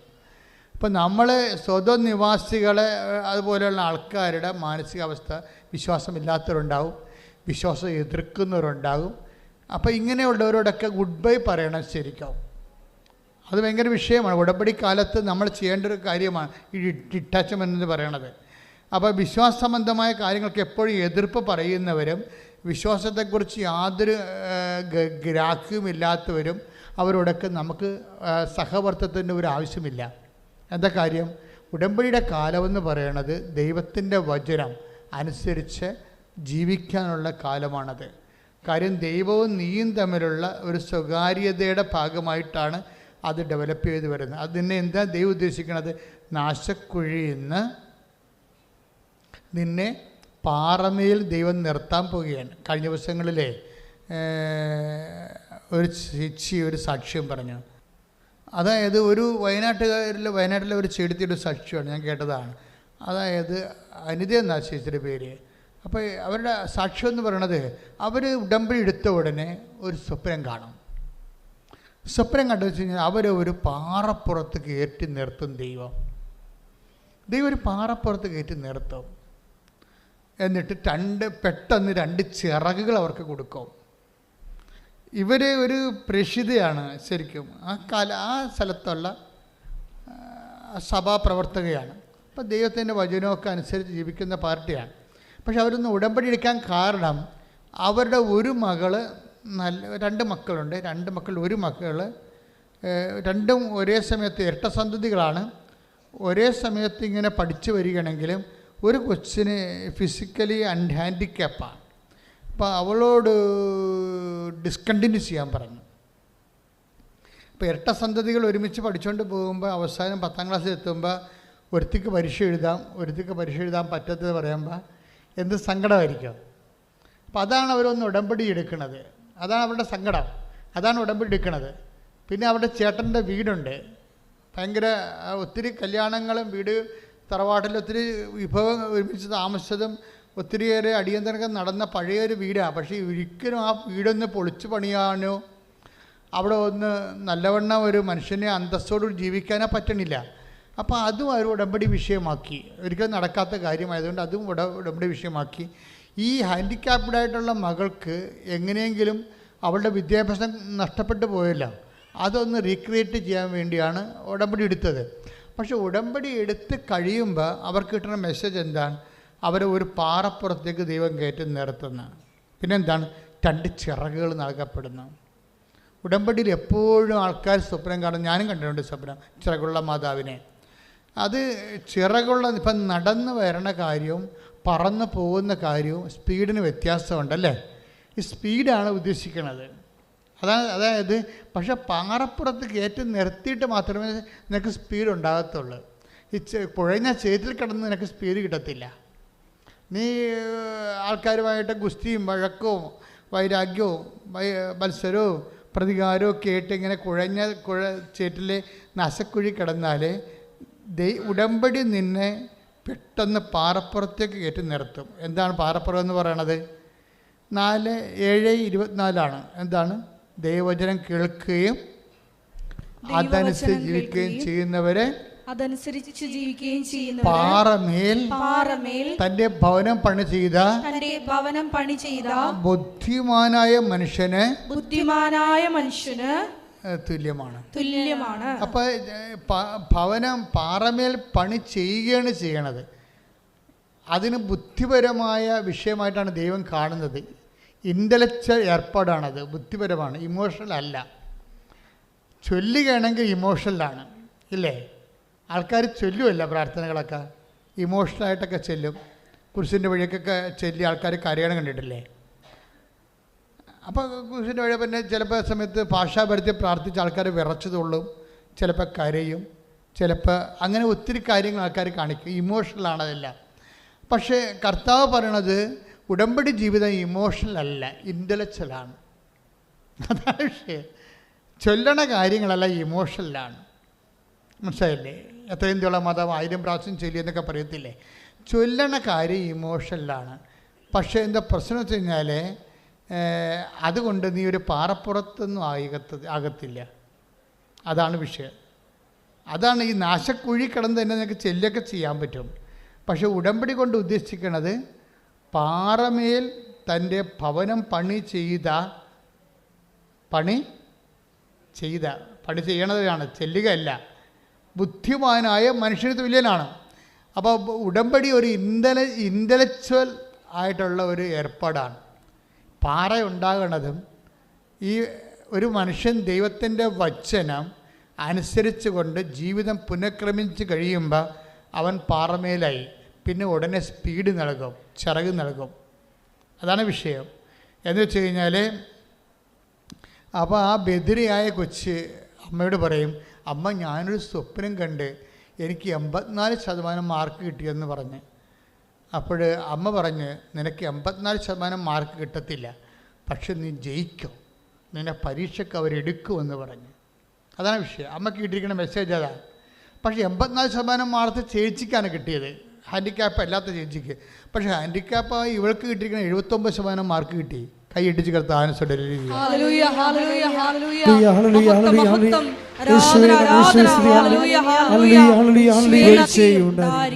എൻ്റെ മക്കളെ, ഇത് ടെക്നിക്കലായിട്ട് മനസ്സിലാക്കേണ്ട ഒരു വിഷയമാണ് ഉടമ്പടി. അതെന്ത് സംഭവിച്ചിരിക്കണമെന്ന് വെച്ച് കഴിഞ്ഞാൽ ഇപ്പം തന്നെ ഉൽപ്പത്തി 13:12 take the word of God. ഉൽപ്പത്തി 13:12. ഉൽപ്പത്തി 13:12. അബ്രാം കാനാൻ ദേശത്ത് താമസമാക്കി. അബ്രഹാം കാനാൻ ദേശത്ത്, ഒന്ന് പറഞ്ഞേ. അബ്രഹാം കാനാൻ ദേശത്ത് താമസമാക്കി. ലോത്ത് സമതലത്തിലെ നഗരങ്ങളിലും വസിച്ചു. ലോത്ത് സമതലത്തിൽ. അവൻ സോതോമിനടുത്ത് കൂടാരമടിച്ചു. സോതോമിനടുത്ത് കൂടാരമടിച്ചു. സോതോമിലെ ആളുകൾ ദുഷ്ടന്മാരും കർത്താവിന്റെ മുൻപിൽ മഹാപാപികളുമായിരുന്നു. അപ്പൊ ഈ ആൾക്കാരുടെ കൂടെയാണ് നീ കൂടാരം അടിച്ചിരിക്കണമെങ്കിൽ നിന്റെ സഹവർത്തിത്വവും സൗഹൃദ വളയുമെങ്കിലും ഉടമ്പടി കിതക്കാൻ സാധ്യതയുണ്ട്. It's A very serious thing. ഇത് 13:12 ലോത്ത് കൂടാരമടിച്ച്. എബ്രഹാം ഹാരാനിൽ കൂടാരമടിച്ചിട്ട് അവൻ ചെയ്തത് എന്താണെന്നറിയാമോ? അങ്ങനെ വചനമുണ്ട്, ബലിപീഠം നിർമ്മിച്ചെന്ന്. ശ്രുതികയുടെ മക്കളെ, യേശുവേ സ്തോത്രം. 13:18. ഉൽപ്പത്തി 13:18 വായിച്ചോളൂ. അബ്രാം തന്റെ കൂടാരം മാറ്റി എബ്രഹാം തന്റെ കൂടാരം മാറ്റി ഹെബ്രോണിലുള്ള മാമ്രയുടെ ഓക്കുമരങ്ങൾക്ക് സമീപം താമസമാക്കി. അവിടെ അവൻ കർത്താവിന് ഒരു ബലിപീഠം നിർമ്മിച്ചു. ഇത് ഉടമ്പടിയുടെ ഭാഗമായിട്ടാണ് ബലിപീഠം വരുന്നത്. നമ്മൾ ആദ്യം മുതൽ നോക്കിയാൽ മനസ്സിലാകും. നമ്മുടെ ബലിപീഠം ഉടമ്പടിയല്ലേ? ഇല്ല, പുതിയ നിയമത്തിൽ ബലിപീഠവും കർത്താവിൻ്റെ പുതിയ ഉടമ്പടിയാണ്. അപ്പോൾ ദൈവവും മനുഷ്യനും തമ്മിലുള്ള നീ എൻ്റെ വചനങ്ങൾ നിർവർത്തിച്ചാൽ ഞാൻ നിന്നെ അനുഗ്രഹിക്കും. അതാണ് ആ വചനം നിവർത്തിക്കാനും ആ നിവർത്തിച്ചു എന്നുള്ള കാര്യം അനുഷ്ഠാനങ്ങളിലൂടെ ദൈവതിരുസന്നിധി പ്രകടമാക്കാനുള്ള ഒരു മീഡിയമാണ് ഈ ബലിപീഠമായിട്ട് വരണത്. എബ്രഹാം ഉടനെ കവനൻ്റ് നവീകരിക്കുകയാണ് ചെയ്യണത്. ലോത്തുമായിട്ട് വിട്ടുപോരൂ. ലോത്തുമായിട്ട് പിന്നെ അവനെ സഹകരിക്കത്തില്ല. ലോത്തിന് വിട്ടുപോന്നിട്ട് ഹാരാനിൽ അവൻ കൂടാരം അടിക്കും. ലോത്തിൻ്റെ കൂടാരം അടിച്ചിരുന്നെങ്കിൽ കാര്യം എന്താ പ്രോബ്ലം എന്ന് വെച്ച് കഴിഞ്ഞാൽ എബ്രഹാം ഹാരാനിൽ നിന്ന് പോന്നു. അവൻ അവിടെ വളരെ മോശമായ ഒരു സാഹചര്യത്തിൽ ജീവിച്ച ആളാണ്. അങ്ങനെ എബ്രഹാം അല്ലെങ്കിലും ആ നാട്ടുകാർ വൃത്തികെട്ട മനുഷ്യരാണ്. അപ്പം അങ്ങനെയുള്ള മ്ലേച്ഛമായ ദൈവത്തെക്കുറിച്ച് ചിന്തയില്ല, അത് സാൻമാർഗ ജീവിതത്തെക്കുറിച്ച് ബോധമില്ല. അങ്ങനെയൊക്കെ ജീവിച്ച ഒരു അച്ചടക്കമില്ലാത്ത ജീവിതത്തിൽ നിന്ന് എബ്രഹാത്തിനെ ദൈവം വിളിച്ചുകൊണ്ട് പോകുമ്പോൾ ദൈവത്തിന് ലക്ഷ്യമുണ്ടായിരുന്നു. പക്ഷേ ദൈവത്തിൻ്റെ ലക്ഷ്യത്തെ ലോത്ത് എബ്രഹാം തന്നെ അട്ടിമറിക്കും. എന്താ കാര്യം? ലോത്തിനെ കൂടി കൊണ്ടുപോരും. അതാണ് വിഷയം വേണ്ടത്. ലോത്തിനെ കൂടി കൊണ്ടുപോരും. നമ്മളിപ്പോൾ കോവിഡിൻ്റെ മാസ്ക് ഒക്കെ വെച്ച് നടക്കത്തില്ല ആൾക്കാർ ഇല്ലേ? ആ മാസ്കിൽ തന്നെ അണുക്കളുണ്ടെങ്കിലുള്ള അവസ്ഥ എന്തായിരിക്കും? മാസ്ക് വെച്ചിട്ട് വല്ല കാര്യമുണ്ടോ? അതാണ് വിഷയം വേണ്ടത്. മാസ്കിൽ തന്നെ അണുക്കളുണ്ടെങ്കിൽ മാസ്ക് വെച്ചൊരു കാര്യമില്ല. അപ്പോൾ ഈ അണുക്കളുള്ള മാസ്കുമായിട്ടാണ് എബ്രഹാം പോകുന്നത്. ആ ലോത്തിനെയും കൂടെ കൂട്ടിക്കൊണ്ട് പോകുന്നത്. അത് ദൈവത്തിന് ഒരിക്കലും ഇഷ്ടപ്പെട്ടിട്ടില്ല. അപ്പം നിൻ്റെ കൂട്ടുകെട്ട് എന്താണെന്ന് നീ നോക്കണം. ഈ ഉടമ്പടി എടുത്തു കഴിഞ്ഞാൽ നിൻ്റെ കൂട്ടുകെട്ട് എന്താണ്? നിങ്ങൾ അവരുടെ സംസാര രീതികൾ എന്താണ്? അവരെന്തിനെക്കുറിച്ചാണ് സംസാരിക്കണത്? അവരും ചിലപ്പോൾ നിൻ്റെ കൂടെ വന്ന് ഉടമ്പടി എടുത്തെങ്കിലും അവർ പറയും വല്ലപാട് ഇതൊന്നും അവസാനിപ്പിക്കണം, എന്നിട്ട് വേണം അടിച്ചു പൊളിക്കാൻ. അങ്ങനെ ജീവിക്കുന്ന ആ ലോകചിന്ത ഉള്ള ആൾക്കാരുണ്ട്. ഇങ്ങനെ ലോത്തുമാരോട് ഗുഡ് ബൈ പറയേണ്ടി വരും. ലോത്ത് ഗുഡ് ബൈ പറഞ്ഞില്ലെങ്കിൽ ദൈവം അതായത് നീ ദൈവത്തിൻ്റെ ആളാണെങ്കിൽ നിന്നെക്കൊണ്ട് എബ്രഹാത്തിൻ്റെ കൂടെ നിന്നുകൊണ്ട് വെട്ടിമുറിച്ച് ലോത്തിനെ കളയണ കണ്ടില്ലേ? ലോത്തിനെ കളയും. എബ്രഹാം വലിച്ചുകൊണ്ട് നടന്നിട്ട് പോലും അവിടെ അടിയുണ്ടാക്കി. നീ ആരെങ്കിലും കൂടെ കൊണ്ട് നടന്നാൽ അവൻ തന്നെ നിനക്ക് പണി തരും. ദൈവത്തിന് നിരക്കാത്ത ബന്ധങ്ങളോ സ്വന്തങ്ങളോ ഉണ്ടാക്കിയ അവരിലും തന്നെ പണി തരും. എബ്രഹാത്തിന് ലോത്തുമായിട്ട് അടിയുണ്ടായില്ലേ? അടിയുണ്ടാക്കിയ വെച്ച് അത് ഇരന്ന് മേടിച്ച് അടിയണത് ഉറപ്പല്ലേ? നിങ്ങൾ ദൈവത്തെ മാറ്റി നിർത്തി മാനുഷികമായ ഒത്തുതീർപ്പിന് വന്നപ്പോൾ അടി എരന്ന് മേടിക്കും ആൾക്കാർ. എബ്രഹാം അങ്ങനെ അടി എരന്ന് മേടിച്ച ആളാണ്. എന്താ കാര്യം? ലോത്തിനെ കൊണ്ടുപോകുന്നു. അപ്പോൾ ലോത്തിൻ്റെ ഇടയന്മാർ എബ്രഹാത്തിൻ്റെ ഇടയന്മാർ തമ്മിൽ അടിയായി. Take the word of God. ശ്രുതിക്കട്ടെ ഹല്ലേലൂയ. ഉൽപ്പത്തി 13:5-6. അവന്റെ കൂടെ പുറപ്പെട്ട ലോത്തിനും ആട്ടിൻപറ്റങ്ങളും കന്നുകാലിക്കൂട്ടങ്ങളും കൂടാരങ്ങളും ഉണ്ടായിരുന്നു. അവർക്ക് ഒന്നിച്ച് താമസിക്കാൻ ആ ദേശം മതിയായില്ല, കാരണം അവർക്ക് വളരെയേറെ സമ്പത്തുണ്ടായിരുന്നു. ഒന്നിച്ച് പാർക്കുക വയ്യാതായി. അങ്ങനെ അബ്രാമിൻ്റെയും ലോത്തിൻ്റെയും കന്നുകാലികളെ മേയ്ക്കുന്നവർ തമ്മിൽ കലഹമുണ്ടായി. Praise the lord. ഹല്ലേലൂയ. Praise the lord. അപ്പോൾ ഈ കലഹം ഈ കലഹം എബ്രഹാം ഇരന്ന് മേടിച്ചതാണ്. മര്യാദക്ക് അവിടുന്ന് ഒറ്റയ്ക്ക് പോന്നാൽ മതിയായിരുന്നു. ഈ കാണ്ടാമൃഗത്തിനെ കെട്ടിയെടുത്തുകൊണ്ട് പോരേണ്ട ഒരു കഥയും ഇല്ലായിരുന്നു. അപ്പോൾ വിളിച്ചുകൊണ്ട് പോകുന്ന ഇപ്പം തന്നെ നിങ്ങൾക്ക് തന്നെ ചില എന്തുകൊണ്ടാണ് ചില മലയാളികൾ ഗൾഫിലും കാനഡയിലൊക്കെ പോയി കഴിഞ്ഞാൽ ബാക്കിയുള്ള ആൾക്കാരെ കൊണ്ടുപോകാത്തത്? എന്താണ്? ഇവൻ അവിടെ വന്ന് ഇവരിട്ട് തന്നെ പണി കൊടുക്കും. എത്ര പേർക്കാണ് പണി കിട്ടിയിരിക്കുന്നത്? അപ്പോൾ കൊണ്ടുപോകുമ്പോൾ നേരത്തെ നിങ്ങൾ മുൻകൂർ ജാമ്യം എടുക്കണത്, നിന്നെ ഞാൻ കൊണ്ടുപോവുകയാണ്, പക്ഷേ നീ വന്ന് അവിടെ വന്ന് എനിക്കിട്ട് പണി ചെയ്യരുത്. എന്താ കാര്യത്തിൽ കഴിഞ്ഞാൽ ഇവൻ ഈ കൊണ്ടുപോകണവന് വിദ്യാഭ്യാസം ഉണ്ടാകും കൂടുതൽ, മറ്റവന് കൊണ്ടുപോയവന് വിദ്യാഭ്യാസം കുറവായിരിക്കും. ഇവൻ അവിടെ ചെന്നിട്ട് ഇവൻ മാനേജറാകും. മാനേജറായിട്ട് ഇവനെ എങ്ങനെയും പുറത്ത് പോച്ച് അടിക്കാനായിരിക്കും നോക്കേണ്ടത്. അപ്പോൾ ഇങ്ങനെ മ്ലേച്ഛന്മാരായ മനുഷ്യർ ലോകത്ത് ഇത്തിരി ഉണ്ടാകും. ലോകത്തുമാരുടെ എണ്ണം കൂടുതലാണ്. അപ്പോൾ ചില സമയത്ത് നമ്മൾ ശ്രദ്ധിക്കേണ്ട കാര്യം വെച്ച് കഴിഞ്ഞാൽ, ഈ ദൈവം നിന്നോട് വരാൻ പറയുമ്പോൾ നീ ആണ് വരേണ്ടത്. പിന്നെ ദൈവത്തെ നിരക്കാത്തവരെ വലിച്ചു കയറ്റി നിൻ്റെ കൂടെ കൊണ്ടു നിർത്തരുത്. എന്ന് വെച്ചാൽ നിന്നെ ദൈവത്തിൽ നിന്ന്, അതിൻ്റെ അർത്ഥം എന്താണെന്ന് വെച്ച് കഴിഞ്ഞാൽ സഹോദരനെ സ്നേഹിക്കേണ്ടെന്നല്ല, നിന്നെ ദൈവത്തിൽ നിന്ന് പിന്തിരിപ്പിക്കാൻ സാധ്യതയുള്ളവരെ. ഇപ്പോൾ കഴിഞ്ഞ ദിവസം ഇന്നലെ ഒരു സാക്ഷ്യം ഉണ്ടായി. കാര്യം അവന് ഇംഗ്ലണ്ടിൽ ഒരു പരിചയമില്ല, ഒരു പിടിപാടും ഇല്ല. അപ്പോൾ അവന് ഇംഗ്ലണ്ടിൽ പോകണം, അവന് വിസ എല്ലാം ഒക്കെയായി, പക്ഷെ താമസ സ്ഥലം ഒക്കെ ആയില്ല. അപ്പോൾ അവൻ മാതാവിൻ്റെ അടുത്ത് വന്ന് കണ്ണീരിട്ട്, മാതാവേ എനിക്ക് താമസിക്കാൻ ഒരു പരിചയവുമില്ല, ഞാൻ എൻ്റെ നാട് തന്നെ ഒരിടത്തും പുറത്ത് പോയിട്ടില്ല, പിന്നെ ഞാൻ ഇംഗ്ലണ്ടിൽ പോയിട്ട് ഇവിടെ പോയി താമസിക്കാനാണ് എന്ന് പറഞ്ഞുകൊണ്ട് ഇവൻ മാതാവിൽ നിന്ന് കരചെയ്യാൻ. അപ്പം അമ്മയുടെ രീതി എന്ന് വെച്ചാൽ അമ്മയുടെ എല്ലാ സ്റ്റോക്ക് ഉണ്ടല്ലോ, അമ്മ ഇങ്ങനെ കലവറ കാണിച്ചു കൊടുക്കുക. ഉടനെ അമ്മ അവനൊരു ഇൻറ്റിമേഷൻ കൊടുത്തു, നീ ചുമ്മാ UK ഫ്രണ്ട്സിൻ്റെ ഇൻ്റർനെറ്റിലൊന്ന് സെർച്ച് ചെയ്യാൻ പറഞ്ഞപ്പോൾ ഒരു സെർച്ചിൽ ഒരു ചേട്ടായിയെ കണ്ട്. അപ്പോൾ ഉടനെ ചേട്ടായി പണ്ട് ഇവൻ്റെ കൂടെ പ്രവർത്തിച്ചതാണ് ഈ ജീസസ് യൂത്തിൽ. അപ്പോൾ ഇവൻ പറഞ്ഞ്, ചേട്ടായി ഞാൻ അങ്ങോട്ട് വരാൻ ഉദ്ദേശിക്കുന്നു, എനിക്ക് താമസിക്കാൻ സ്ഥലമൊന്നുമില്ല.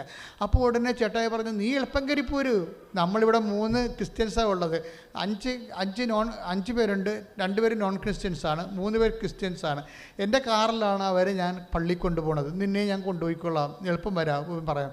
അപ്പോൾ പെട്ടെന്നാണ് എൻ്റെ മക്കളെ, നിങ്ങൾ സത്യസന്ധമായിട്ടാണ് ദൈവത്തിൻ്റെ അടുത്ത് നിങ്ങൾ ഉടമ്പടി ഉപ്പ് നോക്കാൻ വന്നാൽ മിക്കവാറും ചുണ്ട് നോക്കി തമ്പരാൻ നല്ല വീക്ക് തരാൻ സാധ്യതയുണ്ട്. അത് ദൈവത്തെ പരീക്ഷിക്കാൻ വരിക. മറിച്ച് ജീവിക്കാൻ നിവൃത്തിയില്ലാതെ ദൈവമേ നീ മാത്രമേ ഉള്ളൂ, നീ എന്നെ രക്ഷിച്ചില്ലെങ്കിൽ ഞാൻ രക്ഷിക്കപ്പെടാത്തവനായി ജീവിക്കും എന്ന് പറഞ്ഞ് കണ്ണീരിട്ട് കഴിഞ്ഞാൽ കർത്താവ് ചൂണ്ടിക്കാണിച്ചു തരും. നീ നടക്കേണ്ട വഴി നിൻ്റെ മുഖത്ത് നോക്കി ഞാൻ നിന്നെ ഉപദേശിക്കും. അപ്പം അങ്ങനെ പെട്ടെന്ന് എല്ലാം സെറ്റാവും.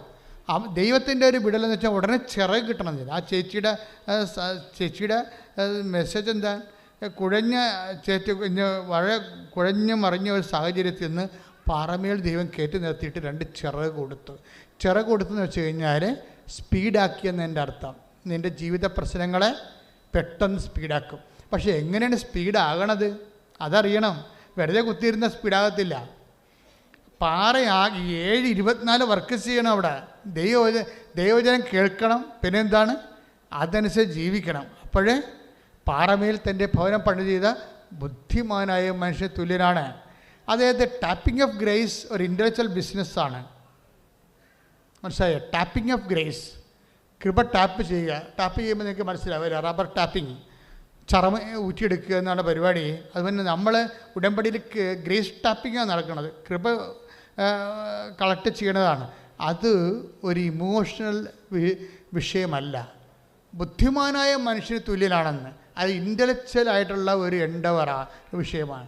അപ്പോൾ എന്തുമാത്രം നിങ്ങൾ അത് ചെയ്യുന്നു എന്തുമാത്രം ചെയ്യുന്നു, ബുദ്ധിപരമായിട്ട് ആ വിഷയം ചെയ്യുന്നു, ചൊല്ലിയത് കൊണ്ട് കാര്യമില്ല. അപ്പോൾ എന്തുമാത്രം ചെയ്യുന്നു അതനുസരിച്ച് കൊണ്ട് നിങ്ങളുടെ ഗ്രേസ് കലിബർ വർദ്ധിച്ചുകൊണ്ടിരിക്കും. ശ്രുതികട്ടെ ഹല്ലേലൂയ. ഹല്ലേലൂയ, ഹല്ലേലൂയ, ഹല്ലേലൂയ, ഹല്ലേലൂയ. യേശുവേ നന്ദി, യേശുവേ ആരാധന. ഹല്ലേലൂയ, ഹല്ലേലൂയ. യേശുവേ നമുക്കായി 24 പ്രാർത്ഥിക്കുന്നു. വചനം കേട്ട് അതനുസരിച്ച് ജീവിതത്തെ ക്രമപ്പെടുത്തി വചനം നടപ്പിൽ വരുത്തുവാനുള്ള വലിയ അഭിഷേകം. And covenant affair is A intellectual business. അതാണ് വിഷയം. എന്താണ്? ബുദ്ധിമാനായ പാറമേൽ ഭവനം പണി ചെയ്ത ബുദ്ധിമാനായ മനുഷ്യന് തുല്യനാണ്. എന്താ? ഇപ്പോൾ ദൈവവചനം കേൾക്കുകയും അതനുസരിച്ച് ജീവിക്കുകയും ചെയ്യുന്നത് ഒരു ഇമോഷണൽ ബിസിനസ് അല്ല, ഒരു വൈകാരികമായിട്ടുള്ള വിഷയങ്ങളല്ല. മറിച്ച് എന്താണ്? അത് ബുദ്ധിപരമായ ഒരു ഇൻവെസ്റ്റ്മെൻറ്റാണ്, ബൗദ്ധികമായ ഒരു നിക്ഷേപ രീതിയാണ്. എന്താണ് ഇങ്ങനെ പറയാൻ കാരണം വെച്ച് കഴിഞ്ഞാൽ, നമുക്കറിയാം ഇവിടെ ഉടമ്പടിയിൽ എന്താ ഉള്ളത്? സിമ്പിളല്ലേ? ഉടമ്പടിയിൽ നമ്മളിപ്പോൾ കാത്തലിക്സിന് അറിയണമെങ്കിൽ അറിയാം, നമ്മൾ വേദപാഠത്തിൽ പഠിച്ച കാരുണ്യപ്രവൃത്തികളേ ഉള്ളൂ, വേറെ ഒന്നുമില്ല. ഇന്നത് എക്സ്ട്രാ ആയിട്ട് വല്ലതും ഉണ്ടോ? ഒരു ദുർവഹമായ ചുമടുകൾ മാതാവ് നിങ്ങളുടെ പെടലേക്ക് ഇട്ട് വെച്ചിട്ടില്ല. ഒരു ക്രിസ്ത്യാനി എന്ന രീതിയിൽ അവൻ ഈ ഭൂമി ജീവിക്കുമ്പോൾ കാരുണ്യപ്രവൃത്തികൾ ചെയ്യണം, രോഗികളെ സന്ദർശിക്കണം. ക്ലിയർ അല്ലേ? കർത്താവിൻ്റെ ഭാഷ പറഞ്ഞ് അത് ബന്ധുക്കളല്ല, ഒരു ബന്ധമില്ലാത്ത ആൾക്കാരെയാണ് കൂടുതൽ സന്ധിക്കേണ്ടത്. പിന്നെ അവരാരും സന്ധിക്കും? ഓരോരുത്തർ അവരുടെ ബന്ധുക്കളെ മാത്രം സന്ധിച്ചു കഴിഞ്ഞാൽ അത് മാനുഷികമാണ്. ഇപ്പം ചില വിശ്വാസങ്ങളിൽ അവരുടെ സഹോദരന്മാരോട് മാത്രമല്ല അവർക്ക് കൂറുള്ളൂ, സ്നേഹമുള്ളൂ. പക്ഷേ ക്രിസ്ത്യാനിറ്റി അങ്ങനെയല്ല, ശത്രുവിനോടും കൂറ് കാണിക്കണം. അതാണ് ദൈവികത എന്ന് പറയണത്. അപ്പം നമ്മളെ സംബന്ധിച്ചിടത്തോളം വരുന്ന വിഷയം എന്ന് പറയുമ്പോൾ, നിങ്ങൾ സ്നേഹിക്കുന്നവരെ മാത്രം സ്നേഹിച്ചാൽ പ്രതിഫലത്തിൽ എന്താണ് അവകാശം? കർത്താവ് ചോദിക്കണില്ലേ? പ്രതിഫലത്തിൽ എന്താണ് അവകാശം? അപ്പോൾ നമ്മളെ സംബന്ധിച്ചിടത്തോളം ഇൻ്റലക്ച്വൽ ഇൻവെസ്റ്റ്മെൻ്റ് എന്ന് പറയുമ്പോൾ നമ്മൾക്ക് നേരിട്ട് റിട്ടേൺസ് ഒന്നും ഇല്ലാത്ത വിഷയങ്ങളിൽ കൂടുതൽ ഇൻവെസ്റ്റ്മെൻറ്റ് ചെയ്യണം. അതാണ് സിമ്പിളും. ഉടമ്പടി ഏറ്റവും നന്നായിട്ട് വർക്ക് ചെയ്യാനുള്ള സ്ഥലം. നമുക്ക് ഡയറക്റ്റ് ഇൻവെസ്റ്റ്മെൻ്റ് ഇല്ല, ഈ റിട്ടേൺസ് ഇല്ലാത്ത. എന്താ അങ്ങനെ പറയണമെന്നറിയാമോ? നിങ്ങൾ വസ്ത്രം വാങ്ങിച്ചു, ഇപ്പോൾ ഞങ്ങൾക്ക് നിങ്ങൾ കുറേ വസ്ത്രം കൊണ്ട് തന്നിട്ടുണ്ട്. ഇപ്പോൾ ഞങ്ങളൊരു ഓപ്പൺ കൗണ്ടർ ഇടാൻ പോവുകയാണ്. അപ്പോൾ നിങ്ങളുടെ കൂട്ടത്തിൽ തന്നെ പാവപ്പെട്ടവർ കാണത്തില്ലേ? ഇല്ലേ? അവർക്ക് ഞങ്ങളുടെ അടുത്ത് വന്നിട്ട് പറയാം, ഞങ്ങൾക്ക് എൻ്റെ മകൾക്ക് സ്കൂളിൽ പഠിക്കുകയാണ്, എൻ്റെ പപ്പായ്ക്ക് ഇന്ന ജോലിയാണ്, ഉടുപ്പ് കുറവാണ്, അപ്പോൾ ഉടുപ്പുണ്ടെങ്കിൽ അപ്പം ഞങ്ങൾ നിങ്ങളുടെ പേരെഴുതിയിട്ട് നിങ്ങൾ കയറി നോക്കാൻ പറയും. 10,000 ഉടുപ്പോടെ ഇരിപ്പുണ്ട്, നിങ്ങൾക്ക് ഇഷ്ടമുള്ള ഉടുപ്പ് എടുക്കാൻ പറയും.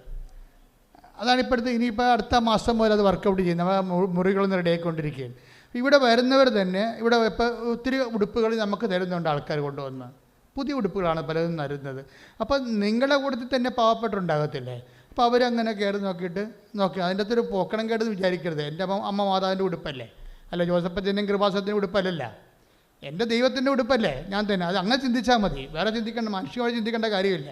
എൻ്റെ അമ്മ മാതാവിൻ്റെ ഉടുപ്പാണ്, അത് ഞാൻ നോക്കട്ടെന്ന് നോക്കിയിട്ട് നിങ്ങൾ നോക്കണമ്പോൾ നിങ്ങൾക്ക് പറ്റുന്ന ഉടുപ്പ് ആർക്കാണ് പറ്റുന്നത് അതുണ്ടെങ്കിൽ നോക്കി എടുത്തിട്ട് ഡിനോട്ട് ചെയ്ത് പോകണം. അടുത്ത പ്രാവശ്യം വരുമ്പോൾ അത് ഞങ്ങൾ നിങ്ങളുടെ പേരിൽ പൊതിഞ്ഞ് വെച്ചേക്കും, നിങ്ങൾക്ക് ഈസിയായിട്ട് കൊണ്ടുപോകാൻ പറ്റും. അതെന്താ സംഭവിക്കണമെന്ന് വെച്ച് കഴിഞ്ഞാൽ, അങ്ങനെ നമ്മൾ ചെയ്യുമ്പോൾ അതിൻ്റെ അകത്ത് അത് തന്ന ആൾക്കാരുടെ ബന്ധുക്കൾക്കല്ല നമ്മൾ കൊടുക്കണത്. ആണോ? അല്ല, ദൈവത്തിൻ്റെ ബന്ധുക്കൾക്കാണ് കൊടുക്കുന്നത്. ദൈവത്തിൻ്റെ വചനം മനസ്സിൽ ജീവിക്കാൻ ഉടമ്പടി എടുത്തിരിക്കുന്ന ആൾക്കാർക്കാണ് നമ്മൾ കൊടുക്കണത്, അല്ലേ?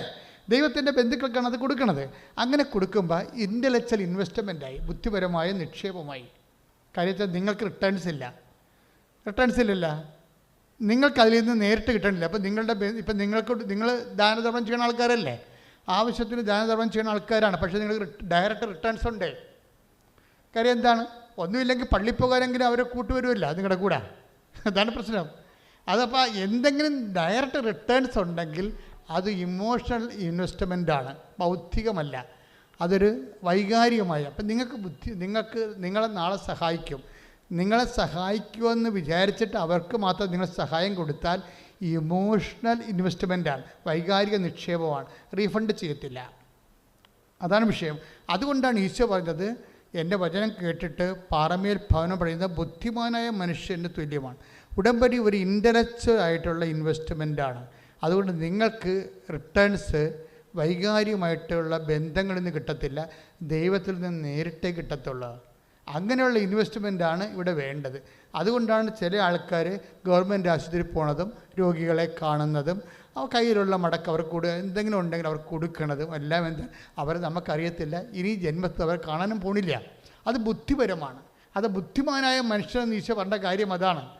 എൻ്റെ വചനം കേൾക്കുകയും അത് ജീവിക്കുകയും ചെയ്യുന്നവർ പാറമേൽ പണി ചെയ്ത ബുദ്ധിമാനായ മനുഷ്യ തുല്യനാണ്. ഇൻ്റലക്ച്വൽ ഇൻവെസ്റ്റ്മെൻറ്റാണ്, വൈകാരികമല്ല, ബന്ധു സഹജമല്ല ആ വിഷയം. അപ്പം അങ്ങനെയുള്ള ഒരു ഇൻവെസ്റ്റ്മെൻറ്റ് നടത്തുമ്പോൾ അതിൻ്റെ കൗണ്ടർ പാർട്ട് ദൈവം മാത്രമാണ്, മനുഷ്യനല്ല. നമ്മൾ സഹായിക്കുന്നത് ആരെയാണ്? ദൈവത്തെയാണ്. എന്തുകൊണ്ടാണ് നമ്മൾ ദൈവത്തെ സഹായിക്കണത്? ഇപ്പം എന്തുകൊണ്ടാണ് നമ്മൾ ദൈവത്തെ സഹായിക്കണത്? ആ ഇൻ്റലിജൻ്റ് ക്വസ്റ്റ്യനാണിത്. ഉടമ്പടിയിൽ എന്തുകൊണ്ടാണ് നമ്മൾ ദൈവത്തെ സഹായിക്കണത്? കാരണം നമുക്ക് ബന്ധം സ്വന്തമല്ലാത്ത ആൾക്കാർക്കാണ് നമ്മുടെ സഹായം കൊടുക്കണമെങ്കിൽ നമുക്ക് വേണ്ടി തന്നെ അല്ല സഹായം കൊടുക്കുന്നത്, ദൈവത്തിനാണ് കൊടുക്കുന്നത്. എന്തുകൊണ്ടാണ് നമ്മൾ ദൈവത്തെ സഹായിക്കാൻ കാരണം? അങ്ങനെ സഹായിക്കുമ്പോൾ എന്താ സംഭവിക്കണത്? എന്താ വിഷയം എന്ന് വെച്ച് കഴിഞ്ഞാൽ, ഇപ്പോൾ ഒരു മരിയൻ ഇൻവെസ്റ്റ്മെൻറ്റിൻ്റെ ഒരു മരിയൻ മോഡ് ഓഫ് ഇൻവെസ്റ്റ്മെൻറ്റ് അതാണ്. അമ്മ മാതാവിൻ്റെ ഒരു രീതികളുണ്ട്. എന്നുവെച്ചാൽ അമ്മ മാതാവിൻ്റെ രീതി എന്ന് വെച്ചാൽ ഇപ്പോൾ ഉദാഹരണത്തിന് ഇപ്പോൾ അമ്മ ഓരോ കാര്യം ചെയ്യും. ഇപ്പോൾ വേദപാഠ പുസ്തകത്തിലുണ്ട്, ഞാൻ രോഗിയായിരുന്നു, നിങ്ങളെന്നെ സന്ദർശിച്ചു. രോഗികളെ സന്ദർശിക്കുക, മരിച്ചവരെ അടക്കുക. ഇപ്പോൾ നമ്മൾ അടക്കാൻ ചേരുമ്പോൾ മണ്ണിടത്തില്ലേ? അതൊക്കെ മരിച്ചവരെ അടക്കുന്നതിൻ്റെ ഭാഗമായിട്ട് എടുത്ത കാരുണ്യ പ്രവൃത്തിയാണ്. അല്ലാതെ അവരുമായിട്ട് ബന്ധം പിരിയണം, മണ്ണാങ്കട്ടയും കാര്യങ്ങളൊന്നും അല്ല. അതൊക്കെ ചുമ്മാ അലവലാദികൾ ആരോട് പറഞ്ഞ പ്രവൃത്തി. സംഭവം മരിച്ചവരെ അടക്കുക എന്നുള്ള പുണ്യപ്രവൃത്തിയാണ്. ആ മരിച്ചവരെ അടക്കാൻ നമുക്ക് പറ്റണത് ഒരു തവി മണ്ണെടുത്ത് അതിൻ്റെ തിടുകയാണ്. അത് പുണ്യപ്രവൃത്തിയാണത്. മരിച്ചവരടക്കുക അത് കാരുണ്യ പ്രവൃത്തിയാണ്. പക്ഷേ കാരുണ്യ പ്രവൃത്തി നിങ്ങൾക്ക് വേണമെങ്കിൽ ഇപ്പോൾ ചില പിള്ളേർ കുഴിക്കലൊക്കെ ചെല്ലുമ്പോൾ ഞാനും ഒരു 10,700 ചവ അടച്ചിട്ടുണ്ട്. അപ്പോൾ ചില പിള്ളേരവിടെ വന്നിട്ട് വാരി എറിയണ കാണാം. അടക്കി കഴിയുമ്പോഴേ കൊച്ചു പിള്ളേരൊക്കെ ഉണ്ടാകുമല്ലോ അടക്കണ സ്ഥലത്ത്. അപ്പോൾ അവർ ആ കുഴിക്കാനുള്ള മണ്ണ് വാരി ഇടും. അവർക്ക് എന്ത് വല്ല പൊത്തും പോലെ ഉണ്ട്. ഇങ്ങനെയും നമുക്ക് കാരുണ്യ പ്രവൃത്തി ചെയ്യാം. മനസ്സിലായില്ല? മരിച്ചവരെ അടക്കുന്ന പോലെ വാരി ഇടാം. അതല്ല, അങ്ങനെയുള്ള അഭ്യാസങ്ങളല്ല സംഭവം. മരിയൻ മോഡ് ഓഫ് ഇൻവെസ്റ്റ്മെൻ്റ് എന്ന് പറയണത്, ഇപ്പം അമ്മ യേശുവിനെ സ്വീകരിക്കാനും യേശുവിനെ കൊടുക്കാനും ഒരു മരിയൻ മെത്തേഡ് നമ്മൾക്ക് നമ്മുടെ മുമ്പിൽ കൊണ്ടുവന്നിട്ടുണ്ട്. എന്താ കാര്യം? എന്ത് ഇൻവെസ്റ്റ്മെൻറ്റ് നടത്തുന്ന സമയത്തെല്ലാം ഇവരെന്നാ ഈ പെട്രോൾ അടിക്കുന്ന സ്ഥലത്ത് മൊബൈൽ ഓഫ് ചെയ്യാൻ പറയത്തില്ലേ? അല്ലേ? പെട്രോൾ അടിക്കുന്ന സ്ഥലത്ത് നമ്മൾ മൊബൈൽ ഓഫ് ചെയ്യാൻ പറയും. ഇതുപോലെ ഇന്ധനം നിറക്കുന്ന സമയത്തൊക്കെ അമ്മ നിശബ്ദയായിരിക്കും. പവർ അടിക്കുന്ന സമയത്തേ അമ്മ നിശബ്ദയായിരിക്കും. ബൈബിൾ എന്താ പറയണത്? ഹൃദയത്തിൽ സംഗ്രഹിച്ചെന്നാണ് പറയണത്. ഇന്ധനം നിറയ്ക്കണം നടത്താം, പവർ ആർജിക്കുകയാണ്. അമ്മ ഒന്നാമത്തെ ഇവർ ബോധജ്ഞാനത്തിന് സിംഹാസനമാണ്.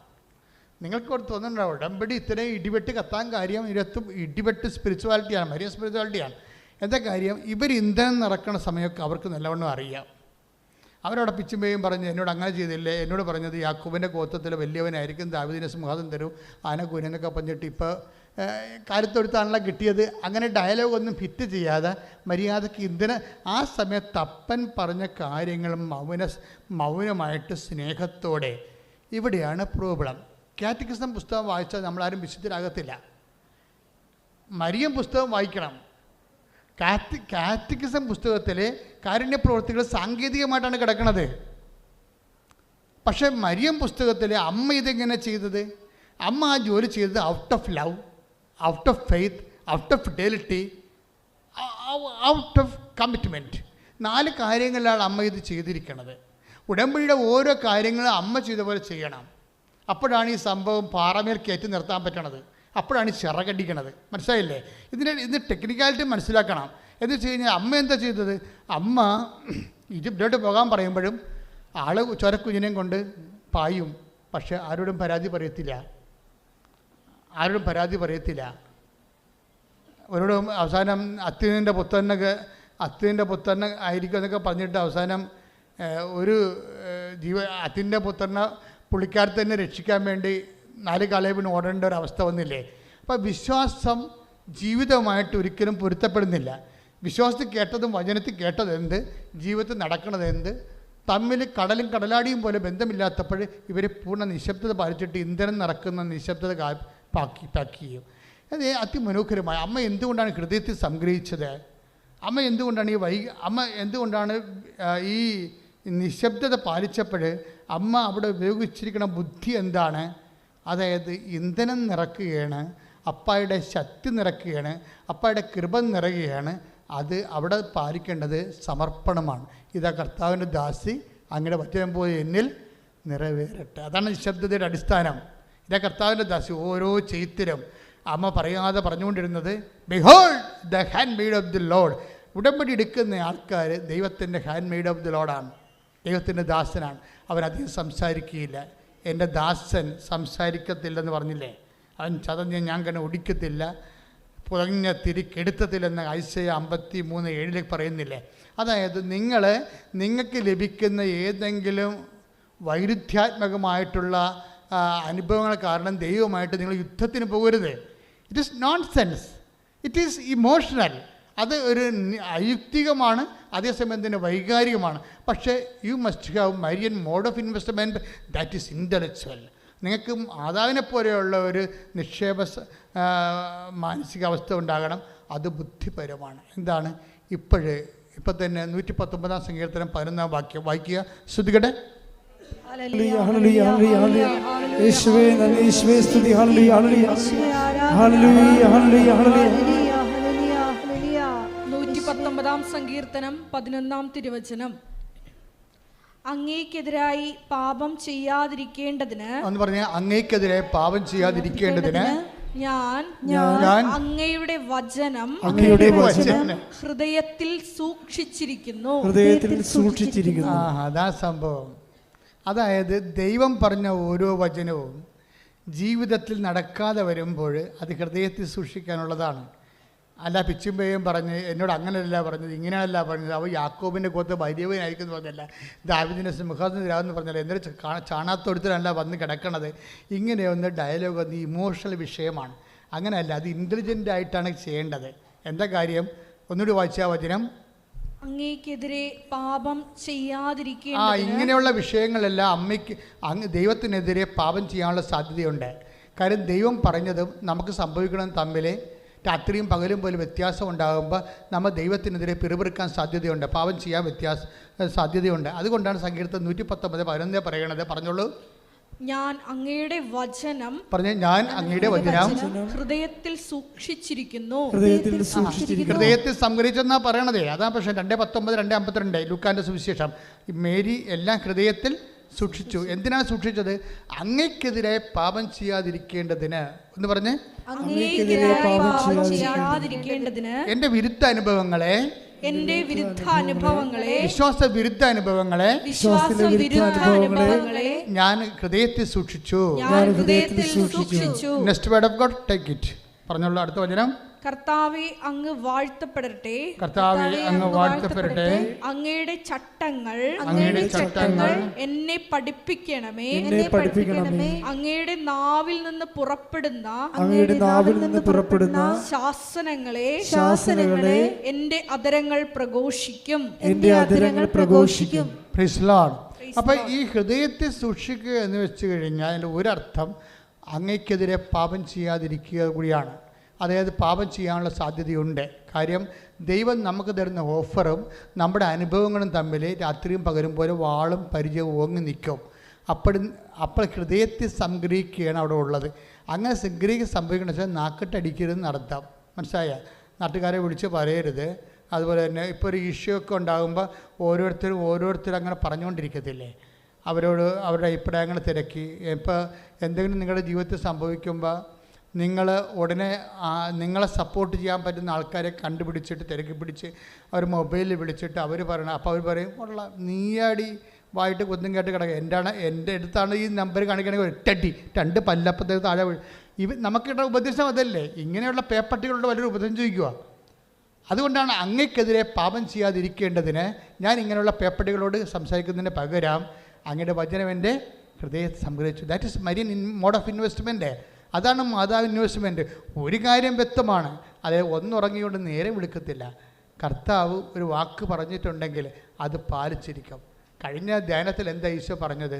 ചില വചനങ്ങൾ ഞാൻ ഈ ഭൂമി വെച്ച് അവരോട് പാലിക്കത്തില്ല, പക്ഷെ അവരോട് നീ പറയണം, അത് പാലിക്കുന്ന ഒരു സമയത്ത് അവർ കൃപയുടെ സാമ്രാട്ടുമാരായി മാറും. കൈയിടിച്ച് കർത്താവിനെ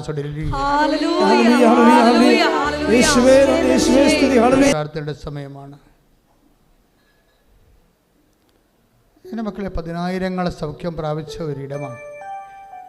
10,000 ആരാധന നടന്ന മാതാ ജീവനോടെ പ്രത്യക്ഷപ്പെട്ട ലോകത്തിലെ എല്ലാ ദിവസവും സാക്ഷ്യം കേൾക്കുന്ന ഒരു സ്ഥലത്താണ് നിങ്ങളെ ദൈവം എത്തിച്ചിരിക്കുന്നത്. അപ്പോൾ തീർച്ചയായിട്ടും നിങ്ങളുടെ കണ്ണുനീരിന് ഇവിടെ അറുതി ഉണ്ടാകും. അതിന് താമസം വരത്തില്ല. എൻ്റെ മക്കൾ അച്ഛൻ്റെ വചനങ്ങൾ കേട്ടിട്ട് അതനുസരിച്ചൊന്ന് ജീവിതം ഒന്ന് പുനഃക്രമീകരിച്ചാൽ മതി. ഞാൻ സ്വന്തമായിട്ട് ഉണ്ടാക്കി ഒന്നും പറഞ്ഞിട്ടില്ല. എന്നോട് പറഞ്ഞതും പ്രാർത്ഥിച്ചപ്പോൾ ദൈവം ചൂണ്ടിക്കാണിച്ചു തന്നതും ദൈവത്തിൻ്റെ വഴികളാണ് നിങ്ങൾ കേട്ടത്. അതുകൊണ്ട് തന്നെ ഈ വചനം കേട്ടുകഴിയുമ്പോൾ ആണ് കർത്താവ് എപ്പോഴും രോഗശാന്തി നടത്തുന്നത്. കർത്താവ് ജീവിച്ചിരുന്ന ശരീരത്തിലുണ്ടായിരുന്ന കാലത്ത് എപ്പോഴെല്ലാം വചനം പ്രഘോഷിച്ചു കഴിഞ്ഞ് കർത്താവ് രോഗശാന്തി നടത്തുമായിരുന്നു. അപ്പോൾ അത് ദൈവത്തിൻ്റെ വചനം കേട്ട് വിശ്വാസം നിറഞ്ഞ ഒരു ജനങ്ങളിലാണ് കർത്താവ് സൗഖ്യം നൽകുന്നത്. എൻ്റെ മക്കൾ, രോഗമുള്ളിടത്തെല്ലാം കൈകൾ വെക്കുക. ഓൺലൈനിലുള്ളവർ അങ്ങനെ തന്നെ ചെയ്യുക. രോഗമുള്ളിടത്ത് കൈകൾ വെക്കുക. ചില രോഗങ്ങൾ സൗഖ്യപ്പെടുന്നതിനേക്കാളുപരി അത് അതിജീവിക്കാനുള്ള കരുത്തിന് വേണ്ടി അഭിഷേകം പ്രാപിക്കാൻ വേണ്ടി പ്രാർത്ഥിക്കുക. എല്ലാ രോഗികളും, ഉള്ളംകാലം മുതൽ ഉച്ചവരെയുള്ള രോഗികൾ, ശ്വാസകോശ രോഗികൾ, ശ്വാസം മുട്ട രോഗികൾ, ആർബുദ രോഗികൾ, അസ്ഥി രോഗികൾ, PCOD രോഗികൾ, പിസ്റ്റുല രോഗികൾ, കിഡ്നി രോഗികൾ, സ്പോണ്ടിലോസ് രോഗികൾ, തൈറോയ്ഡ് രോഗികൾ, ടോൺസൈറ്റ് രോഗികൾ, ശിരസ്സിൽ ഹാമറേജ് ഉണ്ടായിട്ടുള്ളവർ, മെനിഞ്ചിറ്റീസ് ഉണ്ടായിട്ടുള്ളവർ, കോവിഡിൻ്റെ പ്രത്യാഘാതങ്ങൾ അനുഭവിക്കുന്നവർ, വാതരോഗികൾ, ഗർഭാശയ രോഗികൾ, മൂത്രാശയ രോഗികൾ, കുടലിൽ പഴുപ്പുള്ളവർ, നടുവിലിന് വേദനയുള്ളവർ, ബ്രസ്റ്റിന് മുഴയുള്ളവർ, ശരീരത്തിന് മുഴയുള്ളവർ, എല്ലായിടത്തും കൈകൾ വെച്ചുകൊണ്ട് ശ്രുതികട്ടെ. കർത്താവേ, നിന്റെ ഉന്നതമായ നാമത്തിന് സ്വസ്ത്രം ചെയ്യുന്ന കർത്താവേ, നിന്റെ വിശുദ്ധ പൗരോഹിത്യത്തെ മഹത്വപ്പെടുത്തി പ്രാർത്ഥിക്കുന്ന കർത്താവേ, സഭയിലുള്ള സാന്നിധ്യം പ്രകടമാക്കണം പ്രാർത്ഥിക്കുന്ന കർത്താവേ, 36 വർഷം അർപ്പിച്ച കുർബാനയുടെ യോഗ്യതയാൽ കൃപാസനത്താറ് ജീവനോടെ പ്രത്യക്ഷപ്പെട്ട മാതാവിൻ്റെ മാധ്യസ്ഥത്താൽ പിതാവിൻ്റെയും പുത്രൻ്റെയും പരിശുദ്ധ നാമത്തിലെ മാരക രോഗങ്ങൾ, തീരാവേദികൾ യേശുനാമത്തിൽ പൂർണ്ണമായി സൗഖ്യം പ്രാപിക്കട്ടെ. ശ്രുതികട്ടെ.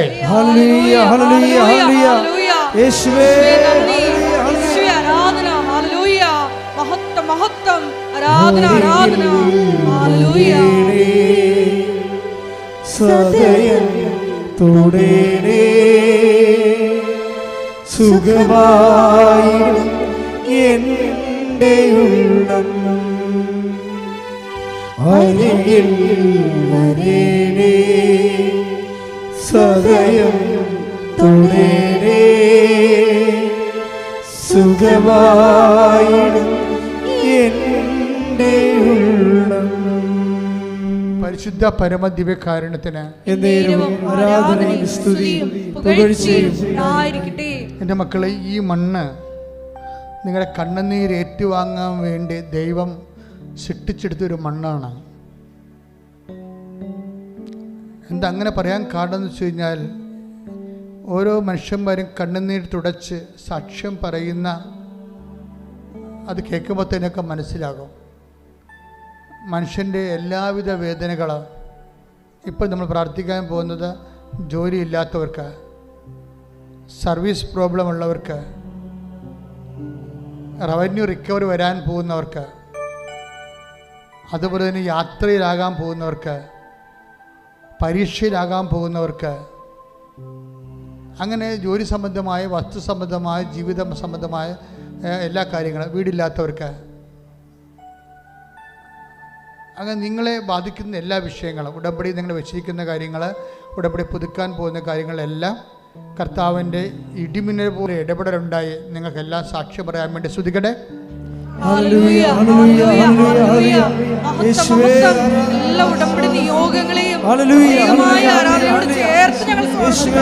കർത്താവേ, നിന്റെ ഉന്നതമായ നാമത്തിന് സ്തോത്രം ചെയ്ത് കർത്താവേ, നിന്റെ വിശുദ്ധ പൗരോഹിത്യത്തെ മഹത്വപ്പെടുത്തണമേ. സാമ്പത്തിക കടങ്ങൾ ഉൾപ്പെടെയുള്ള എല്ലാവിധ ജീവിത അവസ്ഥകളെ കർത്താവ് ഭവനരഹിതർ, വീടില്ലാത്തവർ, വഴിയില്ലാത്തവർ, സ്വസ്ഥതയില്ലാത്തവർ, സമാധാനമില്ലാത്തവർ, ജോലി സ്ഥലത്ത് പ്രോബ്ലം ഉള്ളവർ, ജോലി നഷ്ടപ്പെട്ടവർ, കർത്താവെ പെൻഷൻ ലഭിക്കാത്തവർ, അങ്ങനെ പല തരത്തിലുള്ള വിഷമം അനുഭവിക്കുന്നവർ, പരീക്ഷ എഴുതിയിരിക്കുന്നവർ, തോറ്റവർ, പരീക്ഷ റിസൾട്ട് പ്രതീക്ഷിക്കുന്ന റീവാലുവേഷന് കൊടുത്തവർ, ഭാഗോടപടി നടക്കാത്തവർ, എൻ്റെ കർത്താവിൻ്റെ ഉന്നതമായ നാമത്തിൽ തീരാവേദികൾ, എല്ലാവിധ ജീവിത ദുരിതങ്ങൾ യേശു ക്രിസ്തു നാമം നിർവീര്യമാകട്ടെ.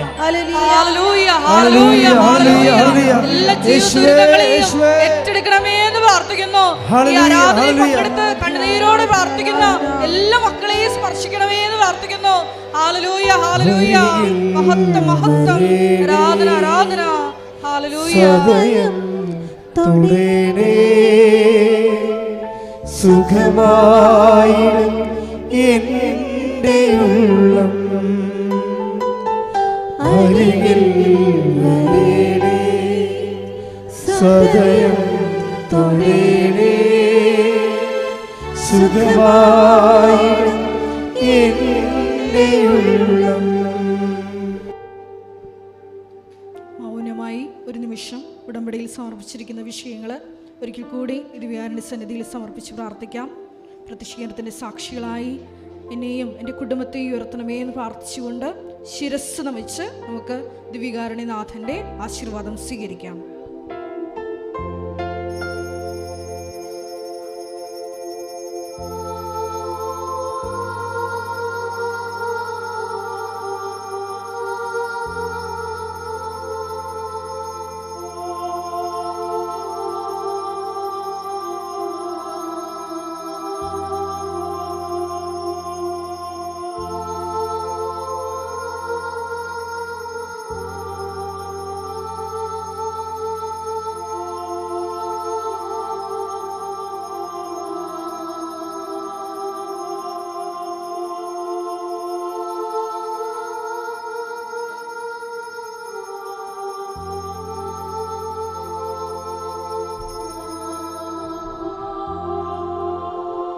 പരിശുദ്ധ പരമമാ ദിവ്യകാരുണ്യമേ,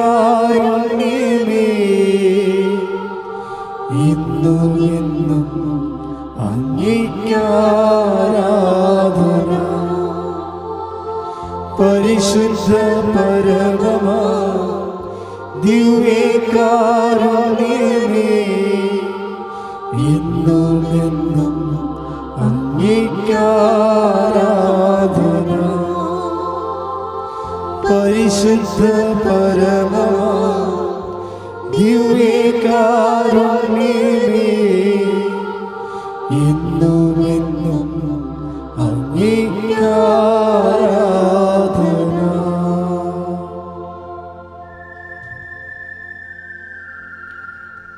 ആവേ